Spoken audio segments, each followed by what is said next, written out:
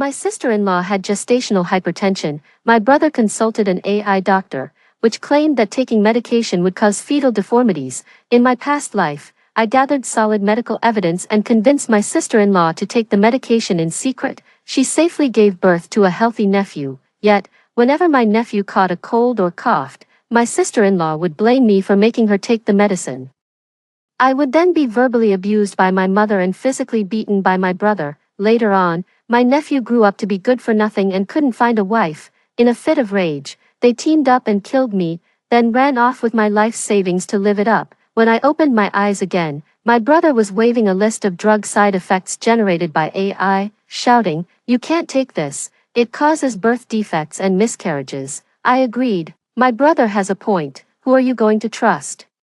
An AI or a veterinarian? One, damn right, he's a goddamn veterinarian, not a people doctor. My brother threw the prescription on the ground in a rage. Do they really think we're that easy to fool? These days, you can just look it up online and know everything. I could be a doctor myself. My sister-in-law, suffering from pregnancy-induced hypertension, was holding her dizzy head. Are you really not going to take the medicine? After getting a clear answer from my brother, my sister-in-law turned her hopeful gaze toward me. I simply ignored her and looked the other way. My sister-in-law cleared her throat and asked me what we should do. My eyes widened in surprise. Didn't my brother just say, "What else is there to do, bro? Don't they say pregnancy brain lasts for 3 years? Is that what's going on with sis?" My brother retorted, "Exactly, your sister-in-law is just being naive. She never had high blood pressure before the pregnancy, and now suddenly she does." Give me a break. Alright, Ginny, you really do need to go and calm down for a bit. Sister-in-law Ginny glanced over at our mother, who was brewing herbs not far away, and had no choice but to lie down and rest. Mother completely agreed with my brother, insisting on using so-called traditional remedies to treat the headaches and dizziness. My sister-in-law sipped the bitter herbal medicine, looking at me with a wounded expression, trying to harm me again. In my past life, I helped her so much. Yet she showed no gratitude. Instead, she stabbed me in the back when my nephew came down with a minor illness. It was their own coddling that turned my nephew into an unruly, notorious brat who couldn't find a wife, and for that, they ganged up to murder me, then took my hundreds of thousands in savings to live it up. I'm done being the sucker. If my brother is foolish enough to use AI to search for drug side effects, then I won't bother trying to talk sense into him anymore. Since he's so clever and thinks he can play doctor, he can deal with the consequences, too. My sister-in-law took several big gulps from the bowl Mom was holding for her. Staring at the dark herbal concoction in the bowl, she finally asked me, "Belle, can you look up online what happens with gestational hypertension if you don't take medication?" I blinked my naive eyes. "Huh, what do you mean? Isn't what you're holding right there the medicine?" My sister-in-law was speechless for a moment. After a pause, she said, "I read that not taking blood pressure medication for gestational hypertension can lead to complications. It can even cause eclampsia, convulsions, collapsing on the ground. It sounds terrifying." A chill ran down my spine. So, in our past life, it wasn't that my sister-in-law didn't understand, she just didn't dare to defy my brother. They were just setting me up to be the scapegoat, the sacrificial lamb. I feigned a look of sudden understanding and called out loudly for my mother, "Mom, I heard that moxibustion on the navel with mugwort can also lower blood pressure. Why don't you give it a try on sis-in-law?" Mom was more than happy to help. She took out several sticks of mugwort and started the treatment right away. The smoke made sis-in-law's eyes water, and she started coughing repeatedly. I kept my distance to avoid getting smoked out myself. My brother even praised me for being sensible. During dinner, my sister-in-law made a passive-aggressive comment about the moxibustion incident. "The smoke made me cough non-stop. That can't be good for the baby, right?" The brother who had praised me stopped. Instead, he ordered me to forget about studying this summer and focus entirely on taking care of my sister-in-law in every possible way. I was genuinely grateful, but I immediately promised to take good care of my sister-in-law. After all, he's Mom's first grandson. Mom beamed from ear to ear, praising me for being so thoughtful. "It's only right that you look after Ginny, but don't let it interfere with your studies. Get into a good university and marry well. Then your nephew can really benefit from it." I replied with a smile, "Of course, I'll take care of all my nephew's needs from now on." My brother bragged, "My son still has to study abroad. The cost of it, I'll cover it." My sister-in-law said with a sarcastic tone. Don't make promises you can't keep. Say that again. I'm recording this. I said it again, right into the camera. My sister-in-law was overjoyed. This is solid evidence. Evidence is worthless. I have the money, but you won't live long enough to spend it. 3. After just 2 days of taking the herbal medicine, my sister-in-law's blood pressure actually went down. She was over the moon. My brother, full of himself, brought up AI again and launched into another round of effusive praise. This thing has blown up overseas. The whole world is going crazy for it. The real pros are even selling AI tutorials online. People like us should just make good use of it to make life easier. My sister-in-law nodded in agreement. You're right, she said. The money spent on doctors and medicine would be better used buying some new clothes. Not 2 days later, my sister-in-law began experiencing dizziness and headaches again, over the course of a recurring, 2-week period. Her blood pressure kept rising. Then, she suddenly noticed swelling in her ankles. Mom had a perfectly good explanation. That's just how pregnancy is. It's completely normal. No matter what my sister-in-law said, the reply was always the same 2 words. It's fine. She stopped talking. Another week passed, and the swelling had spread. It crept up from her calves to her thighs, getting worse by the day. She couldn't sit still any longer and turned to an AI, inputting all her details. The response was unanimous. She had to take medication for her gestational hypertension. She was stunned, but she was also relieved. It was still early in the pregnancy, and medication could manage it. To justify taking her medication, my sister-in-law posted a picture of pregnancy-induced hypertension complications in our 4-person family group chat. Brother, Mom, what does this mean? I'm just here for the show. My sister-in-law told it like it was. My brother quickly replied, what does that have to do with your high blood pressure? Don't go believing all that random nonsense you read online, especially on that one app. It's full of scams. It's just a bunch of ads, group chats, and people pushing bogus supplements. Don't fall for it. Not to be outdone, my sister-in-law shot back. I read it on that AI thing you're always talking about. My brother told her to send him a screenshot. A few seconds later, he lost his temper. Are you out of your mind? Look at the question you're asking. You say you have gestational hypertension and edema. Who diagnosed that? You did. You don't have hypertension. For goodness sake. The swelling is because you've been eating too much salt lately. Cut back on the salt and soak your feet more often. And then he tacked on. And pregnant women should look at their phones less. My brother is a real armchair expert. Both my mom and I expressed our agreement in the group chat. My sister-in-law behaved herself for a week, at least for the time being, but she had such bad headaches every day. She felt like banging her head against a wall. The swelling area expanded, and the recovery was painfully slow. It leaves a noticeable dent when pressed. She began to seek help. My sister-in-law called over her brother Zane and his wife Bess from her maiden family. Zane and Bess came in with a confrontational air, clearly spoiling for a fight. My sister went through the immense and difficult ordeal of giving birth to your family's child. Her health is just as important as the baby's. If she's sick, she needs to take her medicine. How could you not let her? Reed, you promised me you'd take good care of Ginny. What kind of way is this to act? Her brother offered a placating smile. Hey now, brother-in-law, you don't have the full picture. Don't get so worked up. Even her sister-in-law chimed in with a reproach. Brother, don't be so harsh. We didn't ask you here to fight, and certainly not to yell at my husband. Can't you just talk this out properly? Zane was speechless. Bess rolled her eyes. Ginny, we don't appreciate that. We came to help, and you're throwing your own brother under the bus, missing your husband already. Her sister-in-law was also at a loss for words. You said it yourself. He's my brother. How I talk to my own brother is none of your business. Got it. Bess plopped down on the sofa in a huff. Fine, let's see what brilliant ideas you two come up with then. I fanned the flames. My sister-in-law is pregnant. You're an outsider. Get out of my house and stop upsetting her. Bess was furious, her face flushed with anger, and she dragged Zane towards the exit. Ginny, you remember what you said today. Don't you dare come begging to us later. I shot back. Please, just get out.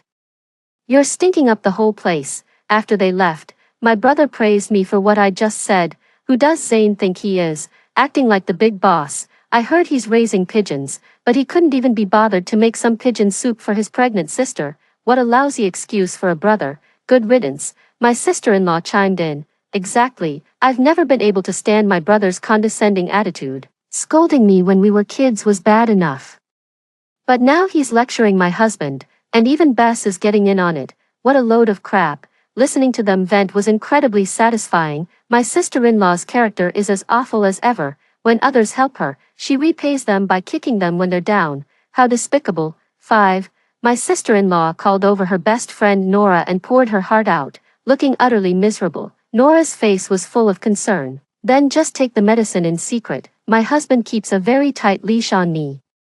If he found out I was sneaking medicine, he'd probably cut off my allowance. I don't have a job or a salary, so having no money to spend would be the absolute worst. Nora frowned. So what are you going to do? My sister-in-law kept sighing, not offering any solutions, and just said, "You're my best friend. You're my only hope." Nora agreed without hesitation. "All right, I'll talk to Reed." That evening, when my brother came home, he gave his wife a thorough scolding. "They say you shouldn't air your dirty laundry in public, but you were the first to spread it. You sent Nora to lecture me. You've completely humiliated your husband. I'm cutting off your allowance." My sister-in-law hurriedly explained. "No, I didn't ask Nora to talk to you about this. I had no idea. Nora came to you on her own. I even told her I'm taking traditional Chinese medicine to lower my blood pressure." My brother understood and picked up his phone to give Nora a piece of his mind.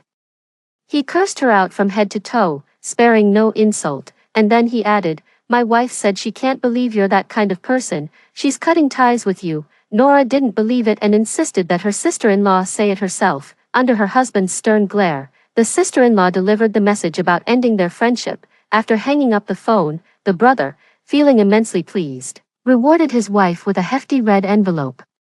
My sister-in-law seized the opportunity to ask for an extra 1,000 in spending money. Just like that, she wasn't even upset about losing her best friend, but the joy from the extra cash was quickly overshadowed by a growing physical discomfort. She would have to come up with another plan. 6. I'm bleeding, get me to the hospital, quick." My sister-in-law was screaming from the bathroom. Mom was so frightened she immediately ran outside. Hoping to ask a neighbor to take my sister-in-law to the hospital, I stopped Mom and said, "Mom, don't panic. Think about it. You just slaughtered a chicken today and were about to cook it when sister-in-law started bleeding." Mom calmed down a bit. "What are you getting at? Isn't there a fortune teller in the village? Let's ask her to come take a look." All right. After the fortune teller, Granny Wang, arrived. She stared at my sister-in-law for a long moment. She lit a talisman, dropped it into a cup, took a big gulp, and spat it right in my sister-in-law's face. "Oh no, oh no." She stumbled back several steps. A pregnant woman who has seen bloodshed brings a curse upon the household. Mother's face turned deathly pale. "What do we do? If the house is cursed, my whole family will suffer." My sister-in-law looked as if she had a mouthful of words she couldn't bring herself to say, her expression turning as sour as if she'd swallowed a fly. Granny Wang's eyes darted shrewdly. "I have these prayer beads, blessed by a monk. If each person in your family wears one, you can avoid this impending bloodshed." "How much?" 5,000 each. For 4, that's 20,000. Mom was so frightened she immediately went to get the money. "Ginny, dear, I haven't saved much. This was meant for when you have the baby. I'll only be able to give you 1,000 then." My sister-in-law, who clung to money for dear life, quickly intervened. "No, you can't give it to her. It's a scam." Seeing her prize about to slip away, Granny Wang claimed my sister-in-law was possessed by an evil spirit. At a stalemate, my sister-in-law finally had no choice but to come clean. "That's chicken blood." Old Mrs. Wang was thrown out. Mother was furious and gave my sister-in-law a thorough scolding. Knowing she was in the wrong, my sister-in-law didn't say much in her defense. After that scene my sister-in-law made, whenever she started complaining about an ache here or a pain there, nobody paid her any attention. The story of the boy who cried wolf is a timeless lesson. 7. Time flew by, and my sister-in-law's belly had grown noticeably. Mom wouldn't let her lift a finger. Her days consisted of eating, then lying around on her phone until she was tired enough to sleep, only to wake up and eat again. After her morning sickness subsided in the first trimester, her appetite came back with a vengeance, and she didn't hold back on what she ate. When it came time for the glucose tolerance test, my brother used AI to look up how it works. He laid down the law again, saying, "Just buy a test kit and do it at home." Going to the hospital to drink that stuff and get 3 vials of blood drawn. "That's just asking for trouble." My sister-in-law agreed. "I've read some pregnant women say they vomited because of this test, and that's on the milder side. Some even passed out. The matter was settled just like that. To get a good reading on the test strip, my sister-in-law cut out all carbs for the week before the test and walked over 10,000 steps every day. Her fasting blood sugar was even a bit on the low side for the hospital's glucose tolerance test. She only had eggs and milk beforehand, and her 1-hour and 2-hour postprandial readings came out perfectly normal. She's a real genius, isn't she? Gestational hypertension and gestational diabetes hit her at the same time. The good times didn't last. In her 3rd trimester, my sister-in-law suddenly had a mental breakdown, suffered an epileptic seizure, collapsed to the floor convulsing, and lost consciousness. My mother called for a shaman. But the moment the shaman saw her lying on the ground foaming at the mouth, he was terrified, told us to get her to a hospital immediately, and made a hasty exit. They rushed to the nearest hospital, where my sister-in-law was immediately taken into the operating room for an emergency C-section. The condition of both the mother and the fetus is critical. We must prepare for the worst. A family member needs to sign this consent form. My mother turned deathly pale and cried out, "Save the baby! Save the baby! Forget about the mother. Just save the child." The doctor who delivered the news was brusque and urged, "Sign it, now." Just as the brother picked up the pen to sign, his mother pushed him aside. "We won't sign unless you guarantee the baby's safety." The doctor was utterly exasperated. "Have you been watching too many TV dramas? There's no such guarantee. We'll do everything we can." The mother insisted the doctor promise he could definitely save her grandson. The doctor looked at me helplessly and asked, "Are you a family member?" My mother stepped forward and interjected, "She's not, she can't speak for us." I obediently made myself invisible, careful not to draw any attention or trouble. That was exactly what I had been hoping for. Another senior doctor arrived and immediately reprimanded her. "The mother is fighting for her life in the operating room, and you, as her mother-in-law, want to give up on her. Have you considered how your son would feel? Can you be by his side for the rest of his life? You might be able to live without a daughter-in-law, but can your son live without a wife?" The mother was left speechless, with no way to defend herself. The waiting area was filled with other patients' families, and they all felt a deep sense of empathy. She started scolding Mom. Mom was mortified. She took my hand and led me away. My brother signed the papers. Everything now hinged on the surgery's outcome. I watched as Mom kept her hands clasped together, murmuring something under her breath. It must have been a prayer for her eldest grandson's well-being, or something along those lines. "I'm afraid I'm going to disappoint you, Mom. 8. It's a boy, 10 pounds and 2 ounces. My nephew is here." However, the nurse didn't bring the baby out. She took him straight to the incubator. My mother started shouting, "Where's my grandson? Let us see him." The nurse explained, "The baby's lungs are underdeveloped and there's still fluid in them. He needs to be monitored now, or he could develop breathing problems." That's a load of crap. "I think you're just trying to switch my big, healthy grandson with someone else," the mother insisted adamantly. "Hospitals are known for swapping babies. Ours is a little boy. Don't you lose him." The nurse didn't want to argue further. "Also, the mother is not doing well. You'll have to wait a while longer," my brother pleaded.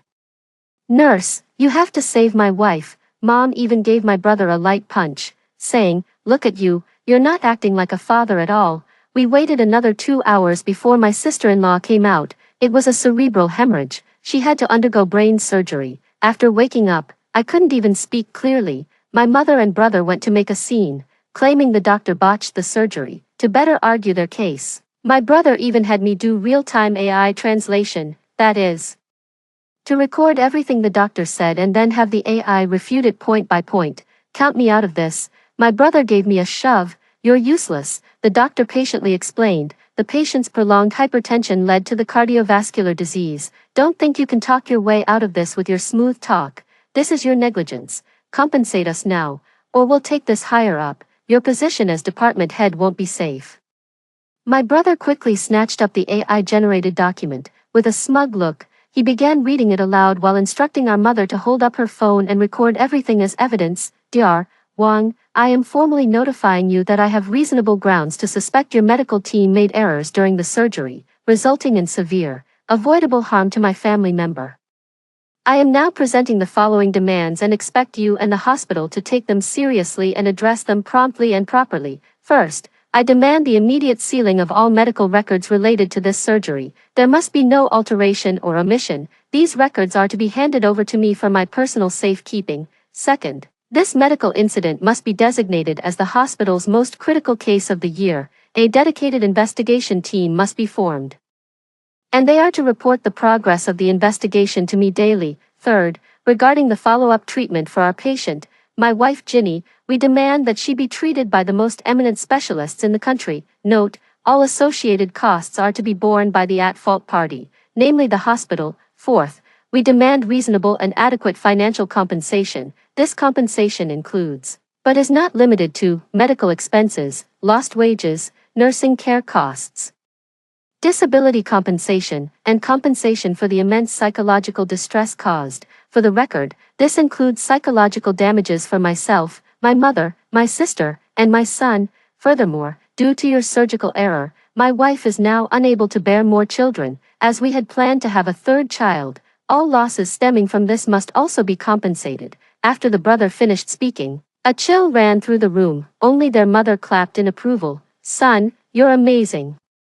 You laid it all out so methodically. I was hanging on your every word. That was brilliantly said. My brother looked smug as he waved his phone. Take a look at what I'm holding. Smart people know how to use their tools effectively. It gets the job done with half the effort. No need to hire a lawyer. I am the lawyer now. I could only applaud him silently in my heart. Well said. I was so embarrassed I wished the ground would swallow me up. I tried to stand as far to the side as possible, so no one would lump me in with them. The doctor didn't back down either. This matter will be dealt with by the proper authorities. As a doctor, I have a duty to uphold the honor of this white coat. My brother snorted coldly. We'll see about that. 9. In the following days, my brother insisted the doctor use the best medicine available for my sister-in-law and nephew. Mom was uneasy. This money is coming straight out of our own pockets. It's our own hard-earned cash.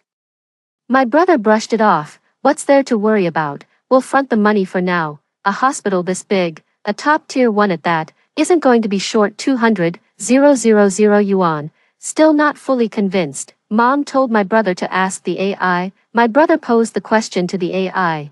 Can the hospital afford to pay out 200,000 yuan in compensation? The AI's comprehensive analysis concluded that a major hospital is the appropriate level of care. My brother made a tisk sound and showed it to Mom.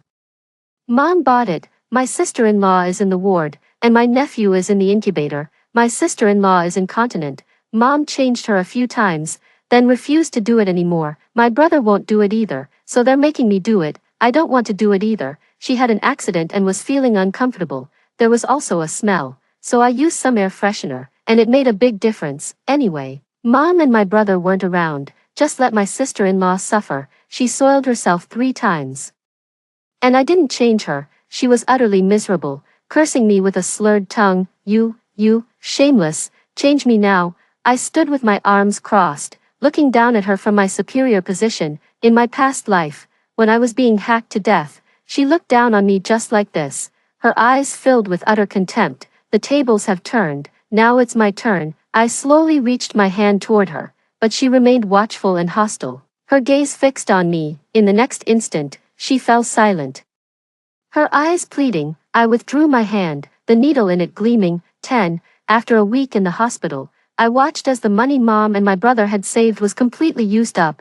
leaving less than 10,000 yuan in our pockets. The hospital's official conclusion was that the surgeon who performed the operation made no mistake whatsoever. Furthermore, the procedure was completed without a single complication. To put it simply, if it weren't for him, we would have lost both my sister-in-law and the baby. My brother was stunned, repeating, impossible, that's impossible. You're covering for him. I'm calling the police, and I'm getting a lawyer to sue you. The response was swift. After understanding the situation, the police conducted a thorough investigation, but in the end, they could only mediate. This really isn't the doctor's fault. The primary responsibility lies with you. At first, my brother and mother were stubborn as mules, refusing to back down. Later, after consulting a lawyer and facing reality, they became shamelessly insistent on getting compensation. Wrong. Even if the hospital isn't at fault, the compensation must be paid. This was the conclusion my mother and brother reached after their discussion. I hid in the shadows and secretly recorded it.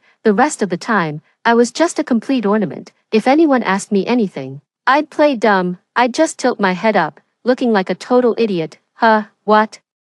I don't know, I'm not sure, I don't get it, I don't understand. My mom and brother took turns berating me, saying all my studying had made me stupid and that I'd never amount to anything. In a past life, those words would have hurt me, but not anymore. They can say whatever they want, I'm not getting involved. I just watched as you walked step by step into the abyss, with no path to redemption. I submitted the recording anonymously. Mom and my brother's scheme was exposed.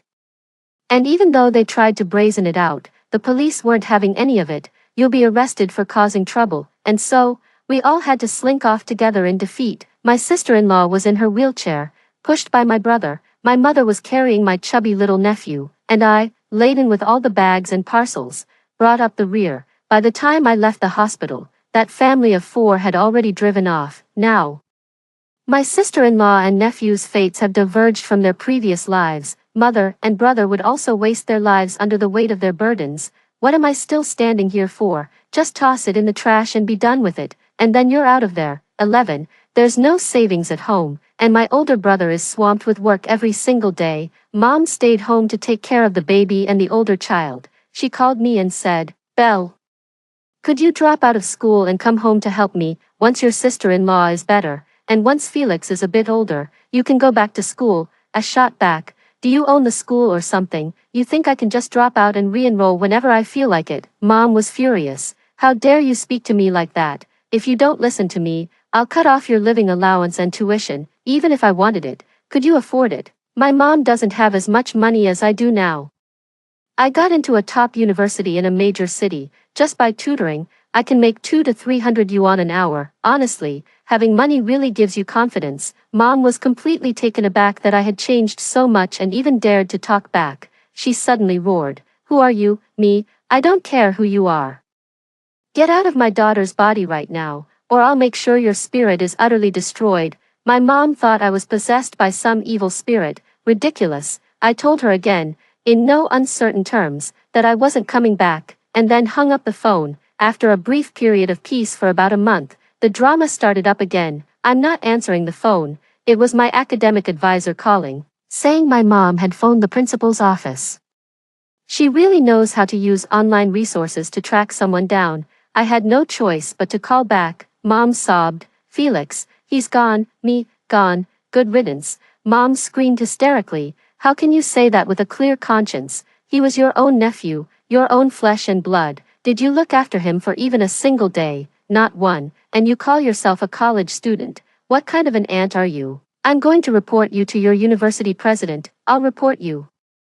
Mom hung up the phone with a sharp click. She was so furious. She must have actually reported it. I didn't care, happily munching on my burger, watching a variety show, and sipping my Coke. Not long after, Mom called, "You, Belle, you really have some nerve. Even the principal is taking your side." Mom was skeptical. "With no money, influence, or connections, you think the principal would look at you twice? I don't believe you have any real talent." Her tone shifted, becoming even more biting and caustic. "You're so young, and you're involved in that kind of dirty business. Don't come back. I'm not your mother, and you're not my daughter." Fortunately, I had long stopped thinking of her as my mother anyway. In my past life, although my mother didn't take part in killing me, she shielded my brother, sister-in-law, and nephew. They claimed I was too proud and full of self-blame, so I took my own life. She didn't even grieve, she just lived it up.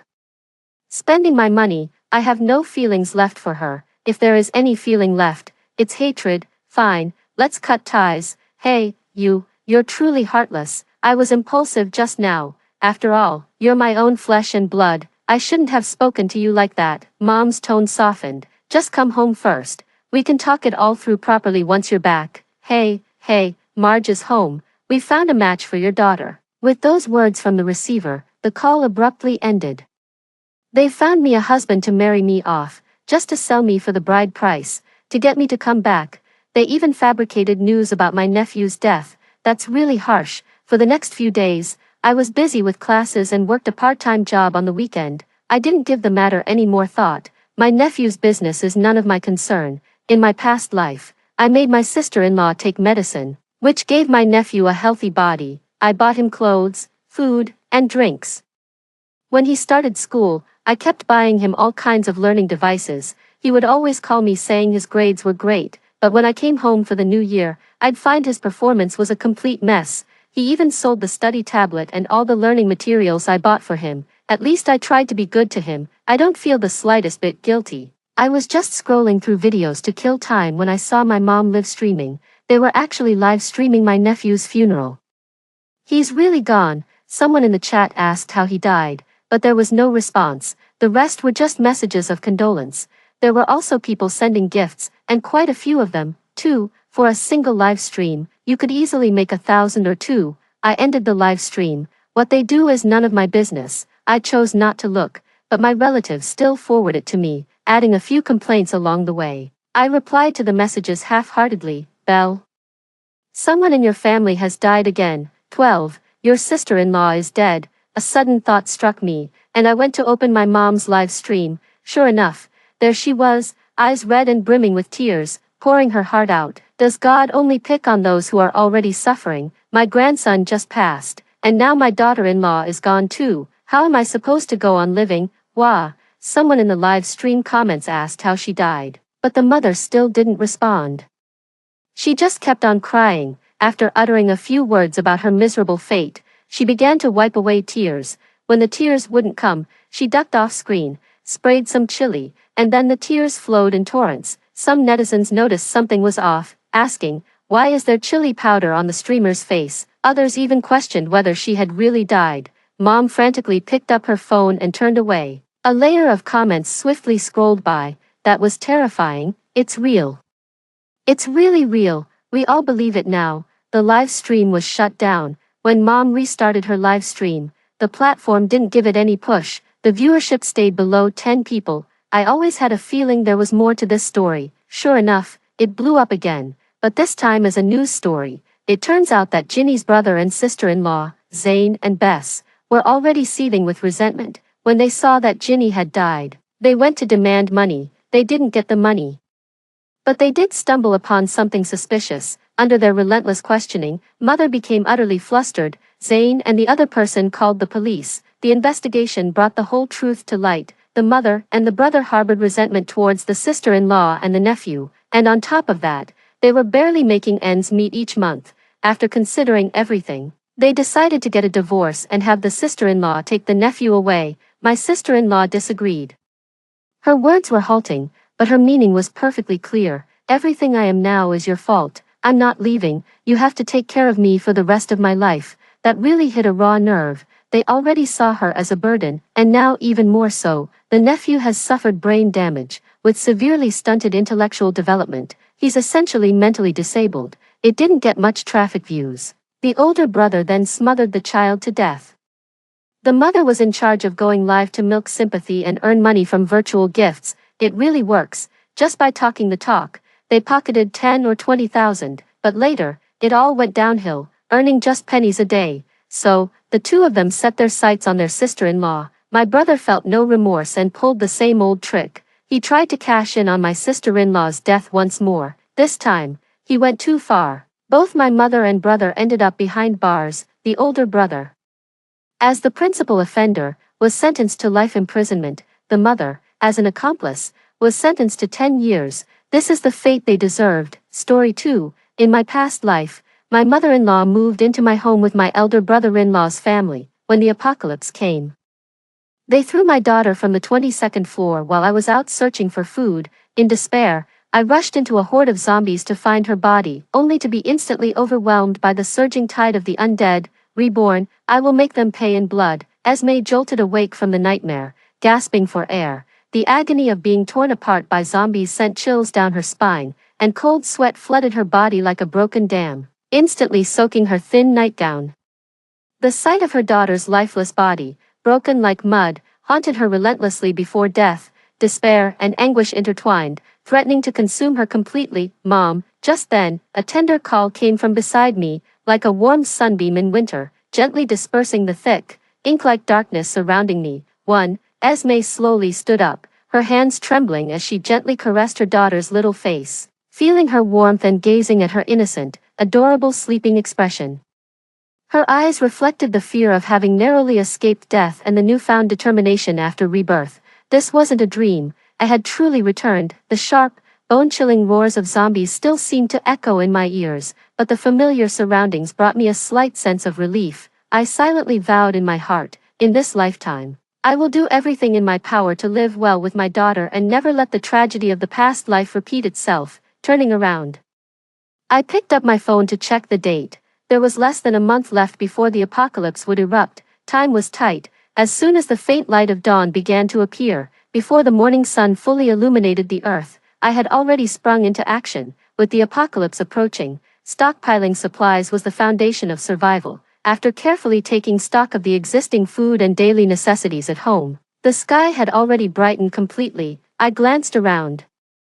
This house was definitely no longer livable for me and my daughter. Not long after my husband's death in my previous life, patients infected with an unknown virus began appearing on the streets. At that time, my mother-in-law said it would be hard for me to raise my daughter alone, so she moved in with her eldest son's family of 4, claiming it was for mutual support. In reality, they had their eyes on my house. Back then, my child was still young, and I didn't dare to confront them directly.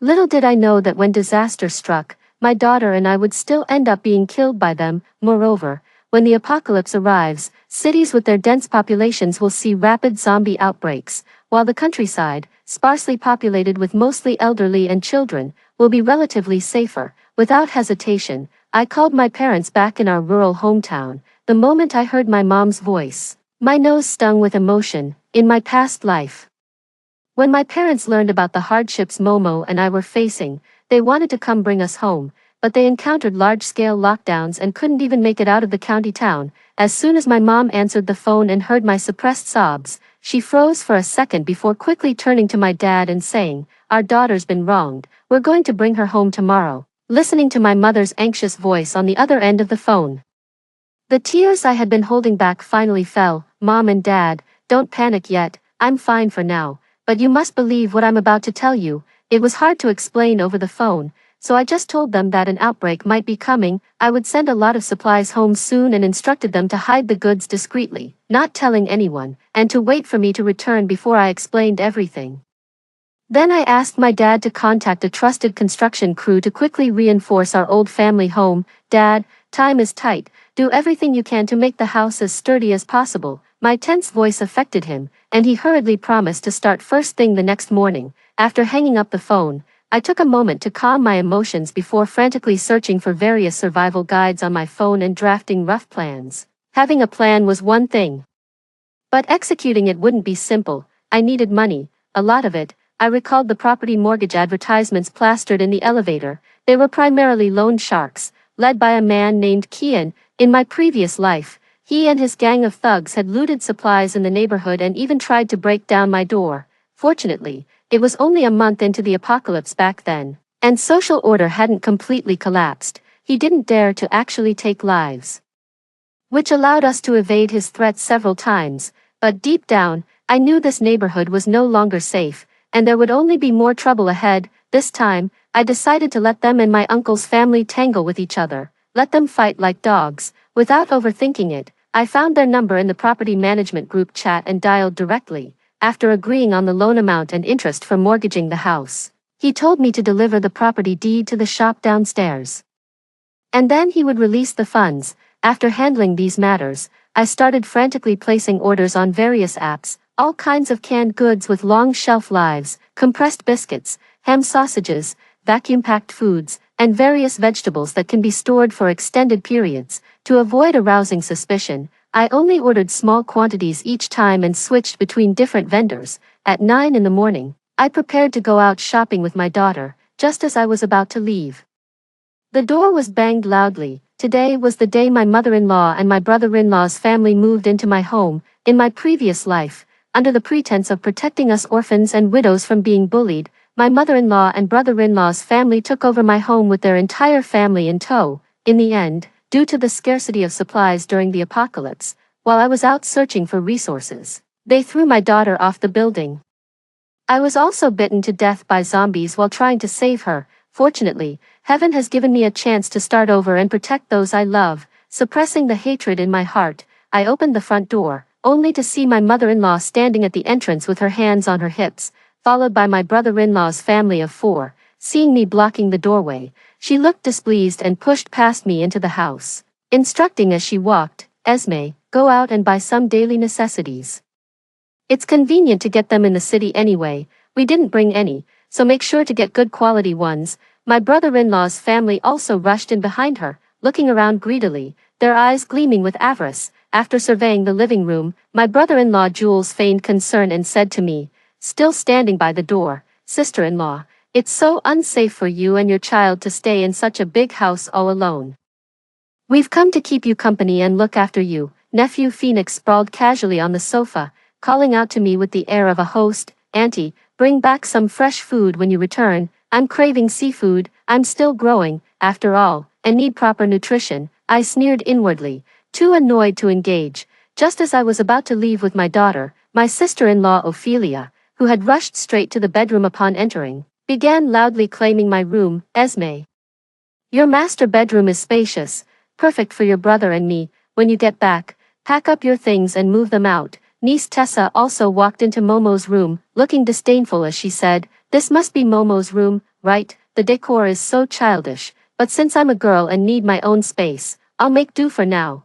Although Momo has always lived with me, this room was decorated long ago. Indeed, when people are speechless, they sometimes laugh.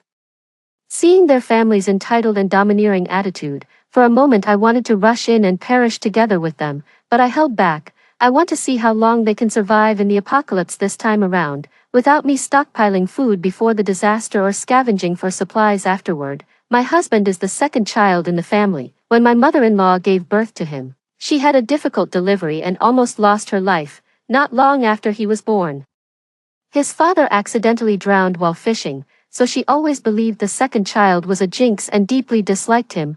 He was raised by his grandmother, and only after her passing was he brought back home. Yet, the resentment remained. Had it not been for his grandmother's inheritance, they wouldn't have taken him back at all. Later, when my husband came of age, he was driven out of the house and never cared for again. She didn't even show up when we got married.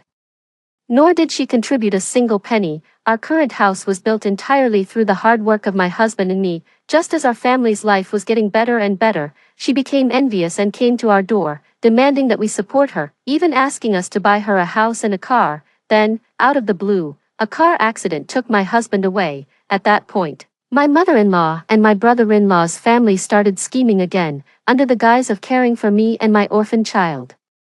They actually wanted to take advantage of us and seize my house. If it hadn't been for the apocalypse that followed, they might have come up with other ways to harm me and my daughter, Momo. In my previous life, at this time, I was overwhelmed with so many things that I didn't even have the chance to deal with them before the apocalypse hit. This time, I won't make the same mistake again. Seeing that I remained silent, my mother-in-law gave me a cold sidelong glance and put on her authoritative tone, "Don't you give me that attitude. It's your fault for only giving birth to a girl, and now that my second son is gone, I think we'll have to rely on Phoenix from now on, so this house will belong to Phoenix in the future. And speaking of which, you should give me half of the compensation for my second son. You can't selfishly keep it all. He was my son too, after all." With that, she sat down on the sofa and declared matter-of-factly, "I won't take the compensation money, use it to buy Phoenix a car instead. I can't be bothered to waste my breath on them. It's still broad daylight, and this family is already dreaming.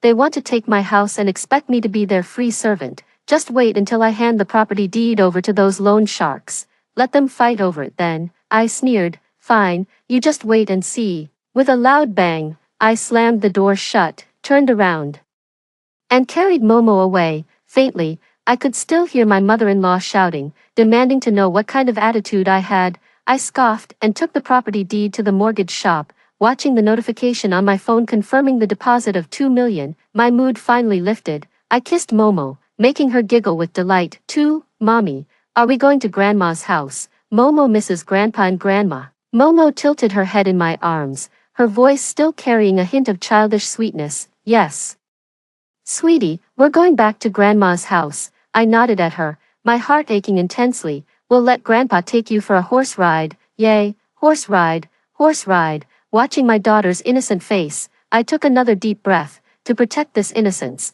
There are tough battles ahead to fight, the apocalypse is about half a month away, and time is tight, so I quickly sprang into action. I drove the company's small truck straight to the supermarket. In rural areas, rice and flour aren't particularly scarce yet, as every household has the habit of stockpiling food. With winter approaching, family granaries are even more fully stocked, so I focused on purchasing daily necessities and supplies, toilet paper, tissues, sanitary pads, toiletries, and all the essentials for Momo, along with formula milk for different stages, baby bottles, diapers, baby cream, and more. I loaded them into the shopping cart box by box, making several trips back and forth until the truck I drove was packed to the brim, which finally gave me some peace of mind. At the checkout, bystanders couldn't help but exclaim, "Are you trying to empty the supermarket? That's so much stuff." I just smiled and replied, "It's for the postpartum care center." Stocking up, the person nodded in sudden understanding and walked away. Besides food, weapons were also a top priority. I passed by a sports and cultural goods store and picked out a few sturdy baseball bats, thinking at least I'd have something for self-defense. At checkout, the shop owner noticed Momo peering through the car window by the store entrance and specifically warned, "Miss, be careful not to let the child play with these. They can still be quite dangerous." I smiled gratefully and replied, "Thank you, I'll be careful." After hesitating for a moment, I added, "The flu has been pretty severe lately. I'm stocking up more at home with the kid to go out less and reduce risks." The owner nodded in agreement and sighed, "True, I'm worried about panic buying like during the previous pandemic. Maybe I should stock up in advance too." Seeing that the boss was also taking it seriously, I said no more and got in the car to drive to my parents' home in the countryside. During the 4-hour drive, my mother-in-law called me several times, but I didn't answer. By the time I got home, it was already 9 o'clock in the evening. As soon as I pulled up to the gate, my parents had already opened it wide, letting the car drive into the yard. The moment I stepped out of the car and onto the ground, I finally felt truly relaxed. My mother came over with red-rimmed eyes, not even glancing at Momo, and immediately pulled me close to inspect me from head to toe, afraid she might have missed any injuries. Tears streamed uncontrollably down my face as my mom hugged me tightly, patting my shoulder and saying, it's okay, Mom's here now." My father walked over, looking at us huddled together, and gently comforted us. "Don't just stand here, let's go inside first." "Is Momo asleep?" I choked back a sob and nodded. "She fell asleep on the way. Let's talk inside." I settled the sleeping Momo in my former bedroom and returned to the living room to find my parents sitting on the sofa, waiting for me to give them an explanation. Taking a deep breath, I told them everything that had happened during this time, including my dreams about the apocalypse. At first, they thought I was hallucinating due to the grief of losing my husband, but after my repeated assurances and considering the recent severe flu outbreak, they eventually believed me. I knew it. No matter what happens, my parents would unconditionally support me. We discussed the next steps for a while longer before heading back to the house to rest. Back in the bedroom, my phone lit up. It was a call from my mother-in-law. As soon as I answered, her harsh voice came through. "Where have you been? Are you trying to starve me? I asked you to buy some groceries. Do I have to beg you now?" The voice of my sister-in-law could faintly be heard in the background. See, the second son's family always thinks too highly of themselves. My mother-in-law, provoked by a few words, raised her voice even louder. "How long has it been since my son died? And you're already neglecting me, you heartless woman." I didn't argue back, pretending to be anxious as I said, "Mom, there's been some trouble at the factory. The accident wrecked all our orders, and now we can't deliver. The buyers are demanding compensation." She choked back, as if afraid I'd ask her for money, and snorted, "Look at how useless you are. Can't even handle such a small matter. Let me tell you, you can't touch my son's assets. That's my retirement money. Figure out your factory problems yourself." Without waiting for my reply, she hung up. I stared at the disconnected call and sneered, wondering how much longer she could keep up this arrogance. The next morning, as soon as I got up, Dad arrived with the construction team. They carefully examined the structure and the surrounding environment. The house, including the yard, covered about 600 square meters, with 3 floors above ground and 1 basement level. With money at work, the construction team quickly drafted a plan. The first step was to tear down the main gate and reinforce the walls with steel plates, making them thicker and taller. several surveillance cameras were installed both inside and outside the yard. To avoid suspicion, I told the construction team that I was planning to open a themed escape room in the countryside. The team leader even suggested adding an extra layer of electric fencing for safety, just without connecting it to power. I happily agreed. All doors and windows in the building were replaced with reinforced alloy frames, fitted with thickened bulletproof glass and fully blackout heavy curtains. Normally, the family lives on the first floor, so steel plates were added to all four walls of the first floor and around the basement, followed by a double layer of insulation panels on the exterior for both warmth and soundproofing. Each room door was installed with a vault-like security door. The latest ventilation system was also installed to ensure proper indoor air circulation. The second and third floors are usually used to store supplies, with all doors and windows sealed shut. The rooftop is covered with solar panels, and silent power generation equipment is installed at the four corners of the house to ensure continued electricity supply in case of a blackout. I set a tight deadline of half a month and spared no expense. So the construction team leader pulled in several crews to work around the clock on the renovations. After finalizing the renovation plans, my parents and I split up to take action. They went to the wholesale market to purchase large quantities of meat and long-lasting fruits and vegetables. We bought 500 pounds each of pork, beef, lamb, chicken, duck, and fish, cabbage, radish, tomato, eggplant, winter melon, potato, sweet potato, apple, pomelo, orange, etc., 100 gene each.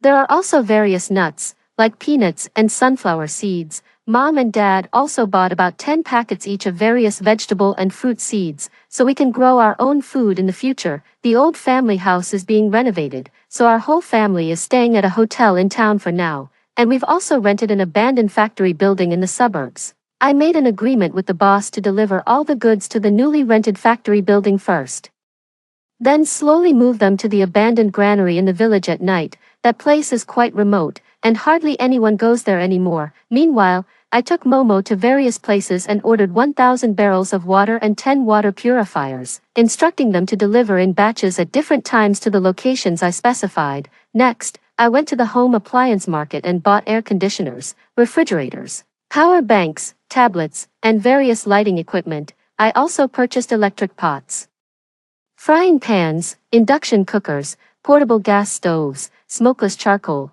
and various other kitchen utensils. It was already dark by the time we finished scouting the market. After a good night's sleep, the next day we started a new round of stockpiling. My parents took Momo to raid various pharmacies, purchasing a batch of common medicines, cold medicine, fever reducers, anti-inflammatory drugs, alcohol, hemostatic agents, bandages, and more, filling a full 10 boxes. Meanwhile, I went to the building materials market to buy gloves, axes, hammers, military shovels, chainsaws, stun batons, multifunctional toolkits, and other items. I also ordered various clothes and bedding online, including seasonal clothing, quilts, and complete bedding sets. The days passed by, and every day we were either shopping or scavenging. The money in my hands and my parents' savings were almost depleted. And I even took out loans worth several million from various online lending platforms to continue stockpiling. After all, once the apocalypse arrives, these debts would cease to exist. Finally, the house was fully renovated within half a month, and it took a few more days to quietly transport the items from the factory and granary back in batches, organizing them neatly. With the concerted efforts of our family in preparing supplies, the house was now packed to the brim. There were only a few days left before the full outbreak of the apocalypse. Looking at the mountain of supplies piled up at home, I finally felt a genuine sense of security in my heart. After getting everything in order, my parents, Momo, and I went out to a restaurant for a big meal, finally allowing us to relax our tense nerves a little. I don't know when the apocalypse ended in my previous life, but it was the second month of the outbreak when I died. At that time, it was the peak of the zombie crisis, so it probably wouldn't have ended so easily. The supplies we've prepared now are only enough for our family of 4 to survive for about 2 years. In the days to come, we'll have to live even more cautiously, hoping that the whole family can safely make it through all of this. We had a good night's sleep, and the next morning, Dad took Momo out to continue stockpiling supplies, checking if there were any important items we might have missed. I turned on my phone that had been powered off for half a month. As soon as I turned it on, my mother-in-law's call came through. I answered the call, only to hear her furious. Where the hell have you been? You haven't come home for half a month. Did you run off to some other man's place? Hearing her voice still reminded me of how she tormented me and my daughter in our previous life during the apocalypse, suppressing my hatred. I coldly replied, "Spit it out if you have something to say. I'm busy and don't have time to listen to your nonsense." She didn't expect someone as usually gentle and polite as me to speak to her like that. Clearly taken aback for a moment, once she regained her composure, she unleashed a torrent of abuse. "Esme, you blind-hearted bitch, my son just died, and this is how you treat me. You must have been planning all along to run off with my son's compensation money. Oh, you. I always knew there was something off about that sly, seductive look of yours. You charmed my son so much he wouldn't even listen to his own mother. Well, let me tell you, no way, you're going to cough up every last penny of my son's compensation." Hearing her curses, I hung up immediately. She called back, still hurling insults, so I hung up again. After several rounds of this, she finally stopped opening with curses against my mother. "Can you speak properly now?" I asked coldly. My mother-in-law couldn't bring herself to back down. So it was my sister-in-law who took the phone, trying to smooth things over. "Come on, we're all family here. Let's talk things out properly. No need to get so angry." My eyes were icy as I thought to myself, in my past life, I did speak kindly, but all you ever thought about was how to destroy me. I'm very busy, so whatever you have to say it quickly. My sister-in-law thought for a moment and said, "Mom is just worried about you. Things have been chaotic outside lately, many stores are price gouging, and some feverish people have even taken to the streets attacking others." 3. After a brief pause, she feigned a sigh and continued, "After all, we're family, and you have a child with you. Mom is afraid you and Momo might get hurt out there." I sneered inwardly. They weren't afraid of us being bullied, they were afraid that if I left, there'd be no one left to be their fool and buy supplies for them. Perfect timing. I'll go back and give them a big gift. I softened my voice and replied, "I know, sis, I've just been too busy lately and spoke too harshly. I'll come back this afternoon and buy more groceries and supplements to help Mom calm down." The last few words were practically forced through gritted teeth. With that, I couldn't be bothered to listen to the smug tone on the other end of the line. I loaded all the packaging boxes and bags that had been cleared out during our previous home organization onto the truck, filled them with stones, and then covered them with a layer of food before driving back to the city. On the way back, signs of chaos were already emerging. Pedestrians on the streets looked restless, and the entrances of supermarkets along the way were crowded with people lining up. Those who sensed something was amiss had already begun rushing to stock up on supplies. It wouldn't be long before disorder broke out. When I returned to the residential complex, the security guard opened the gate for me and was visibly stunned at the sight of the truckload of supplies in my vehicle. "Resident 2201, you're really good at grabbing supplies. Among the recently returned residents, you've snatched the most. I know this security guard ended up colluding with Kian's gang in his previous life too." Deliberately putting on a smug face, I replied, "I usually love stockpiling.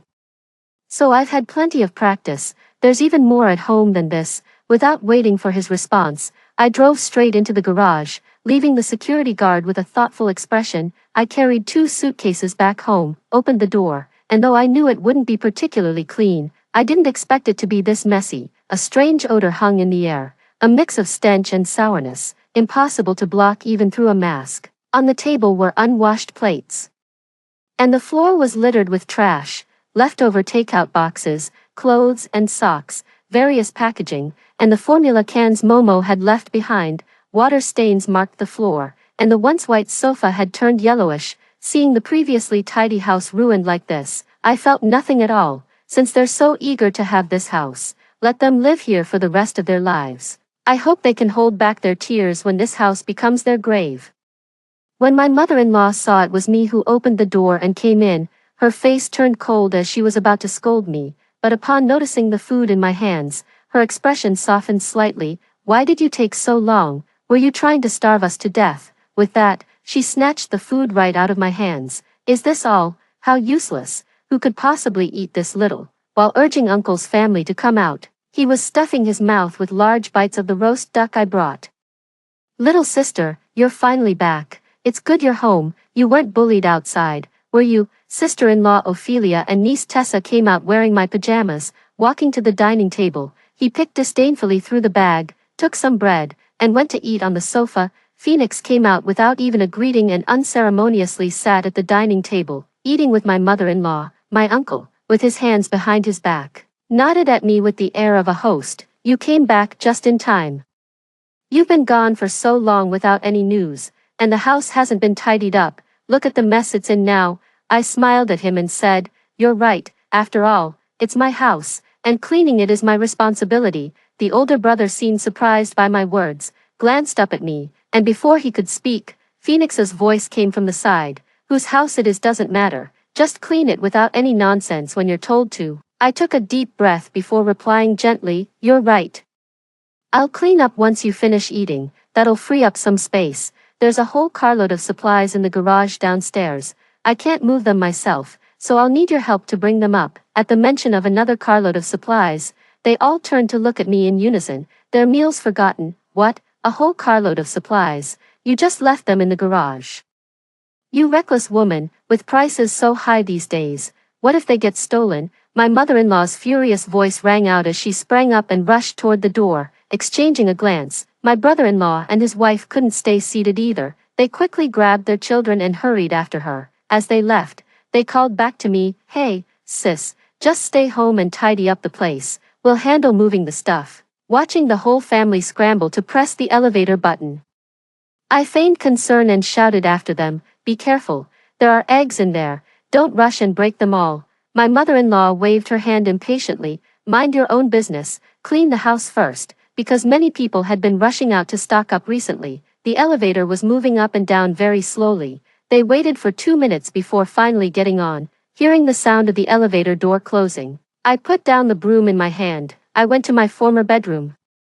The wardrobe door was wide open, and my clothes were scattered all over the floor. The skincare products on the dressing table were also in disarray. The bottle I had just opened before leaving was now only half full. The jewelry in the jewelry box was also scattered in disarray. The expensive branded pieces from before the apocalypse were gone, but a few old-fashioned gold items remained. I sneered and packed them all up. Gold could always serve as hard currency, no matter the circumstances. I walked to the wardrobe, lifted the rug laid at the bottom, and found a hidden compartment underneath.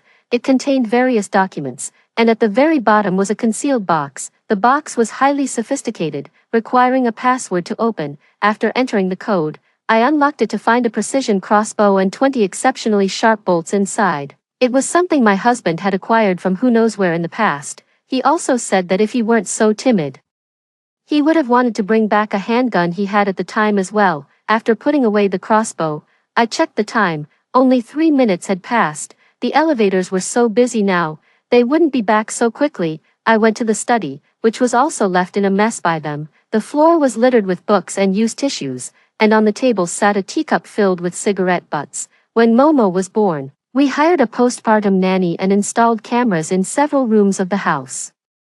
But they were all put away later. Back then, for the sake of appearance, the designs were all decorative pieces, but now when displayed, they don't attract any attention at all. I had planned to take advantage of the remaining time to deal with the supplies previously inventoried, but they had already wasted half of them over the past 2 weeks by picking and choosing, scattering them all over the ground. Looking at the open bags of rice and flour, with dark shadows crawling inside, I nodded in satisfaction. Seems I won't need to lift a finger. In the past, these supplies would have lasted a month, but now I doubt they'll even make it half that time. Returning to the living room, I pretended to sweep the floor with a broom, while they came back panting from carrying the supplies.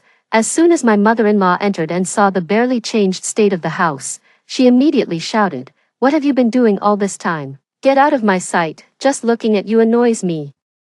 You can't even handle such a simple task." Even as she cursed, she didn't stop moving the supplies into her own bedroom. Those who followed behind also had their own agendas, placing the items they carried into their respective rooms. I watched them coldly as they busied themselves moving things, pretending to offer help in organizing. "Have you finished moving everything into the car? Let me help you organize it." As soon as I spoke, the whole family refused in unison, "No need."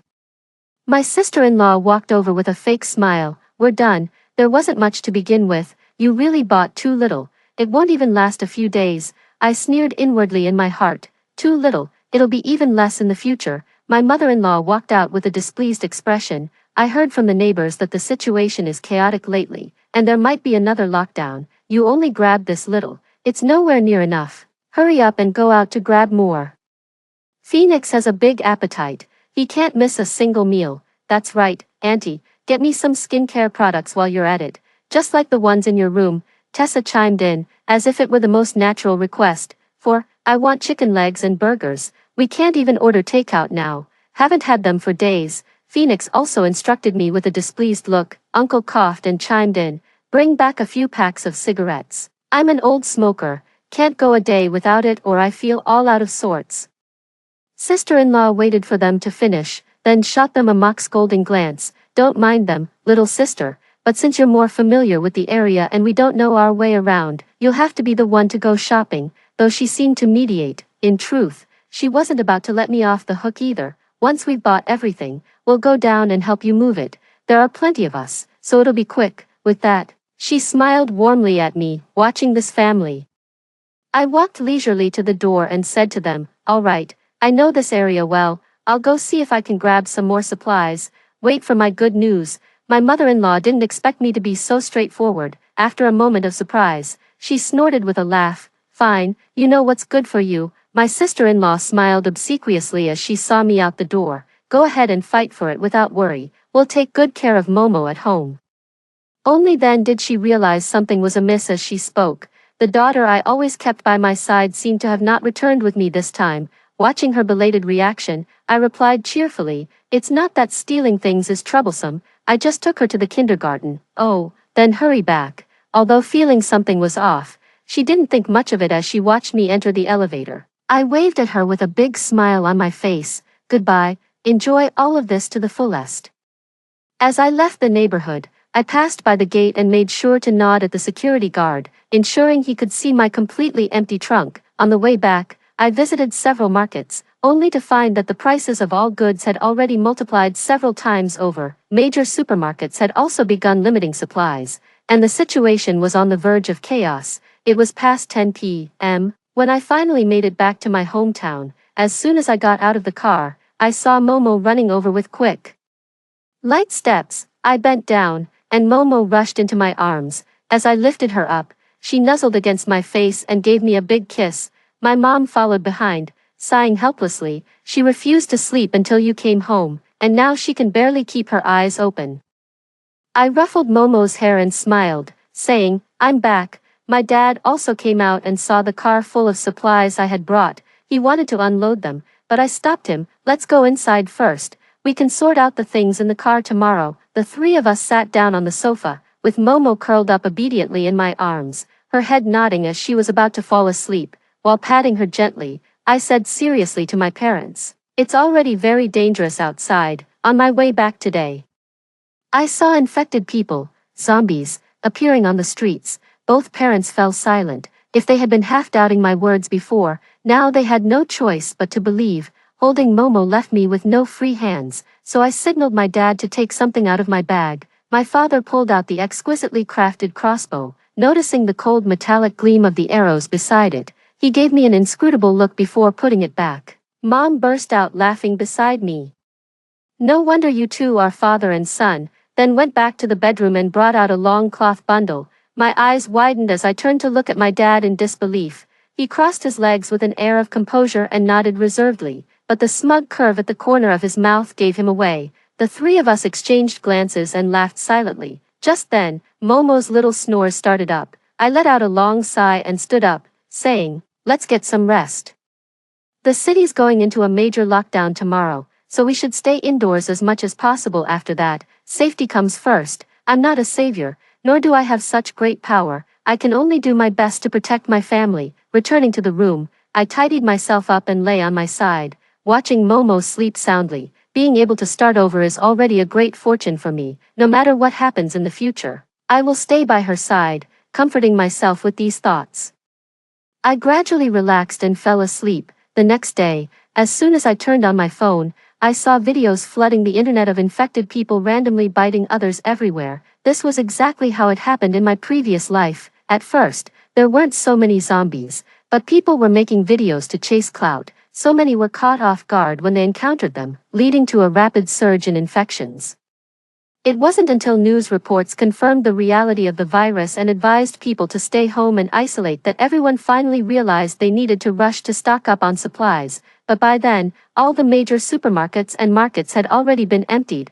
Various social institutions are already struggling to take care of themselves. The situation rapidly deteriorated until the zombie outbreak was in full swing. I had previously tried to anonymously warn people online, but too many reported me for stirring up trouble and inciting panic, and my account got banned. After that, I stopped bothering. I shook my head to dismiss the worries in my mind and stopped overthinking it. After waking up, my dad told me that the village chief had called in the morning, instructing everyone in the village not to go out. The authorities had issued a notice for all residents to stay home and avoid going outside. In the previous timeline, the lockdown lasted only 5 days because people could obey orders, but zombies wouldn't. 5 days later, the zombie outbreak occurred on a massive scale, and social order had already collapsed. We had stopped going out by then. Fortunately, we had prepared ample entertainment and fitness equipment, so it wasn't too unbearable. I was scrolling through my phone at noon when my mother-in-law's video call came through. "You idiot. You've been shopping for a whole day and night. Did you end up in some random man's bed?" As soon as the video connected, my mother-in-law started screaming like a madwoman at the camera. Then Phoenix squeezed into the frame with a menacing look on his face. "Hurry the hell up and bring the stuff over, or you can forget about keeping your house. If you dare mess with me, you and that good-for-nothing in your family won't have it easy from now on." Watching them fume with rage, I couldn't help but laugh out loud. Your brain must have been fried by farts all day. What's the point of barking like a dog? You're just embarrassing yourself. A whole family of bloodsuckers, never knowing when enough is enough. After draining my husband dry all these years, now you want to suck me dry too. You've lost all sense of shame. You won't let me have peace. Haha, let's see if you have what it takes. After venting all at once, hanging up and turning off the phone, it finally felt like a release of pent-up frustration. Taking out the tablet connected to the home surveillance, I saw his family still huddled together, staring at their phones. Perhaps caught off guard by my sudden outburst, the entire family froze in place. When he came to his senses, Phoenix angrily snatched his mother-in-law's phone and threw it to the ground. The mother-in-law, too preoccupied to mourn the shattered phone, hurried to comfort Phoenix, patting his back to calm him down, and then began scolding me. Phoenix, already aggrieved by my earlier scolding, hadn't had a chance to retort before his mother-in-law's yelling made him even more irritable. 5. With a sudden push, the old woman, who was in the midst of her heated tirade, lost her balance and fell flat on her backside. "Enough already. What's the point of your cursing? If you've got the guts, go curse that bitch to her face." I could even hear the crack sound of the old woman falling through the surveillance footage. None of the 4 members of the Jules family cared about how badly she was hurt. They were all blaming her for not keeping me under control in the first place. The mother-in-law was so furious and in such pain that she kept gasping and moaning pitifully. "Io. I turned off the tablet with satisfaction, deciding to stop watching the show for now. I still had to teach Momo how to read in the afternoon. After enjoying a hearty hot pot dinner in the evening, I leisurely turned on the tablet again. The living room was now empty of Jules and his family. My mother-in-law had moved from the floor to the sofa, lying there and moaning. She must have been badly hurt from the fall. Just as I was getting bored, Phoenix's irritated voice came from the bedroom. "Where's my food? Why hasn't that damn old woman brought it to me yet?" The mother-in-law gritted her teeth, her face twisted in pain as she slowly got up and went into the kitchen. A short while later, she entered the study carrying a bowl of something unknown. No sooner had she stepped in than the sound of a bowl shattering was heard. Phoenix flew into a rage and demanded, "You're giving me this. I want meat. Who do you think you're fooling with this lousy bowl of noodles?" The mother-in-law immediately panicked. "My dear grandson, just have this to tide you over for now. There's no meat left in the kitchen. I remember that wretched woman brought back some canned food yesterday. I'll get it for you." She hurried to the place where she had hidden the supplies, but she was destined to be disappointed. She grabbed a can and was about to leave, but suddenly felt something was wrong as she reached the door. She turned around and lunged at the box of cans, only to find that, apart from a few on top, the rest underneath were all bricks. She couldn't believe her eyes as she rummaged through all the boxes, exclaiming in shock, "That bitch Esme sent us fake supplies." The others were stunned and hurried back to their rooms to check their own hidden supplies, only to be utterly dumbfounded. Everything had only a thin layer on top, with nothing but bricks and dirt underneath. Watching them finally discover the truth, I couldn't help but feel immensely pleased. My whole body relaxed with satisfaction. In the video, several people were in a state of panic, their faces filled with anxiety, like ants on a hot pan, making Momo spin around in agitation. Phoenix gritted his teeth, fuming with rage, and cursed, "We've all been played by that bitch. This was clearly intentional. Something felt off yesterday. That worthless burden of hers wasn't even with her. Turns out she had it all planned out long ago," Jules snarled, kicking the table in fury, his usually honest and simple face now twisted with viciousness as he panted heavily. After enjoying their performance for a while, I turned off the tablet and went to take a refreshing shower. After drying my hair, my mom also brought Momo back. I told her a bedtime story and held her as we both drifted off to sleep contentedly. These past few days, the family in that house appeared calm on the surface, but beneath it, turbulent undercurrents were stirring. They gathered all the edible food they could find together. Jules and Phoenix have big appetites, eating a lot without doing any work. Ophelia and Tessa used to pretend to do some work. But now that they know their mother-in-law can't get any benefits from me, they immediately changed their attitude, bossing her around all day. As supplies dwindle, their food and drink rations keep shrinking. When the mother-in-law fell before, she couldn't even go to the hospital and had to tough it out, still having to handle all the household chores for the whole family every day. The nutrition couldn't keep up either, and her complexion visibly turned pale every time she cooked.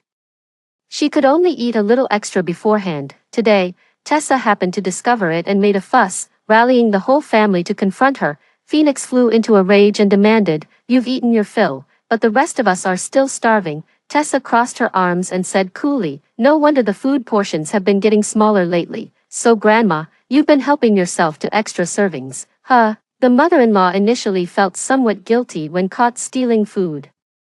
But after being criticized left and right, she became angry. Not to be outdone, she retorted loudly, "I'm still sick, yet I'm taking care of your whole family. What's wrong with me eating a little more? If it weren't for your greed scaring Esme away, would we have ended up in this situation?"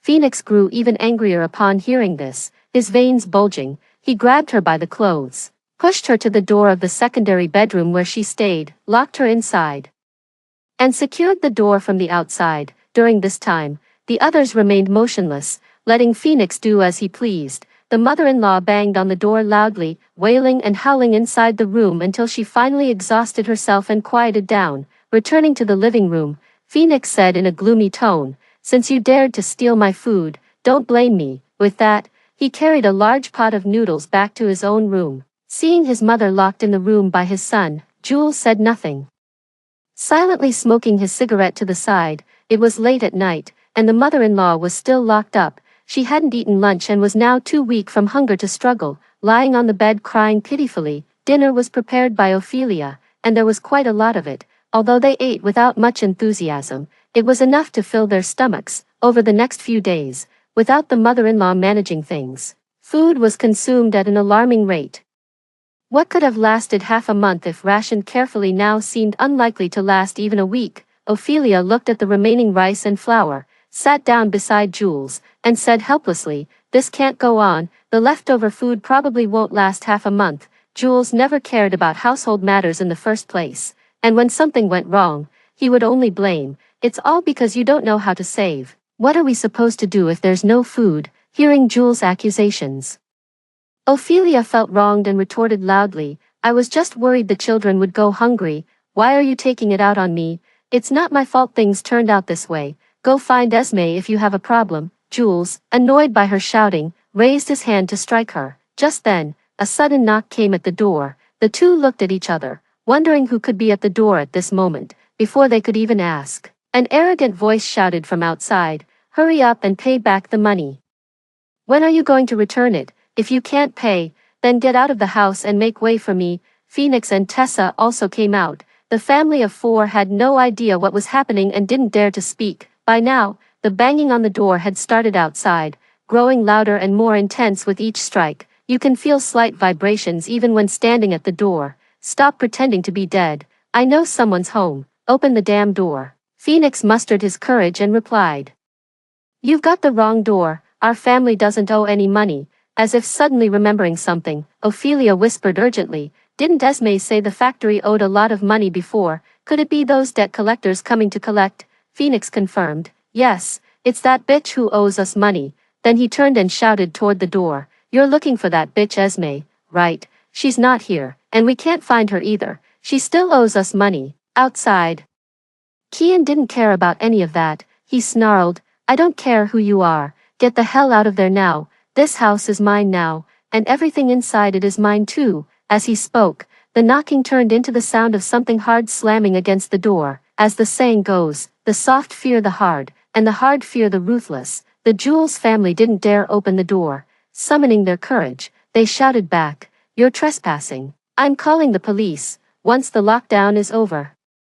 The cops will come and throw you in jail. Hearing this, Kian sneered, I've got all the paperwork in order, the property deed is in my hands, even if the police come, they'll be the ones kicking you out. Only then did the people inside realize that I had sold the house. But they couldn't possibly leave, they had nowhere to go, with the world outside in such chaos and so many infected, stepping out would mean certain death. They could only soften their tone and plead, Esme gave us this house, she's just scamming you for money, the property deeds are all forged, go find her. Kian laughed in anger, fine, playing dirty with me, huh? Then came even louder banging on the door. Fortunately, the door was sturdy enough to hold.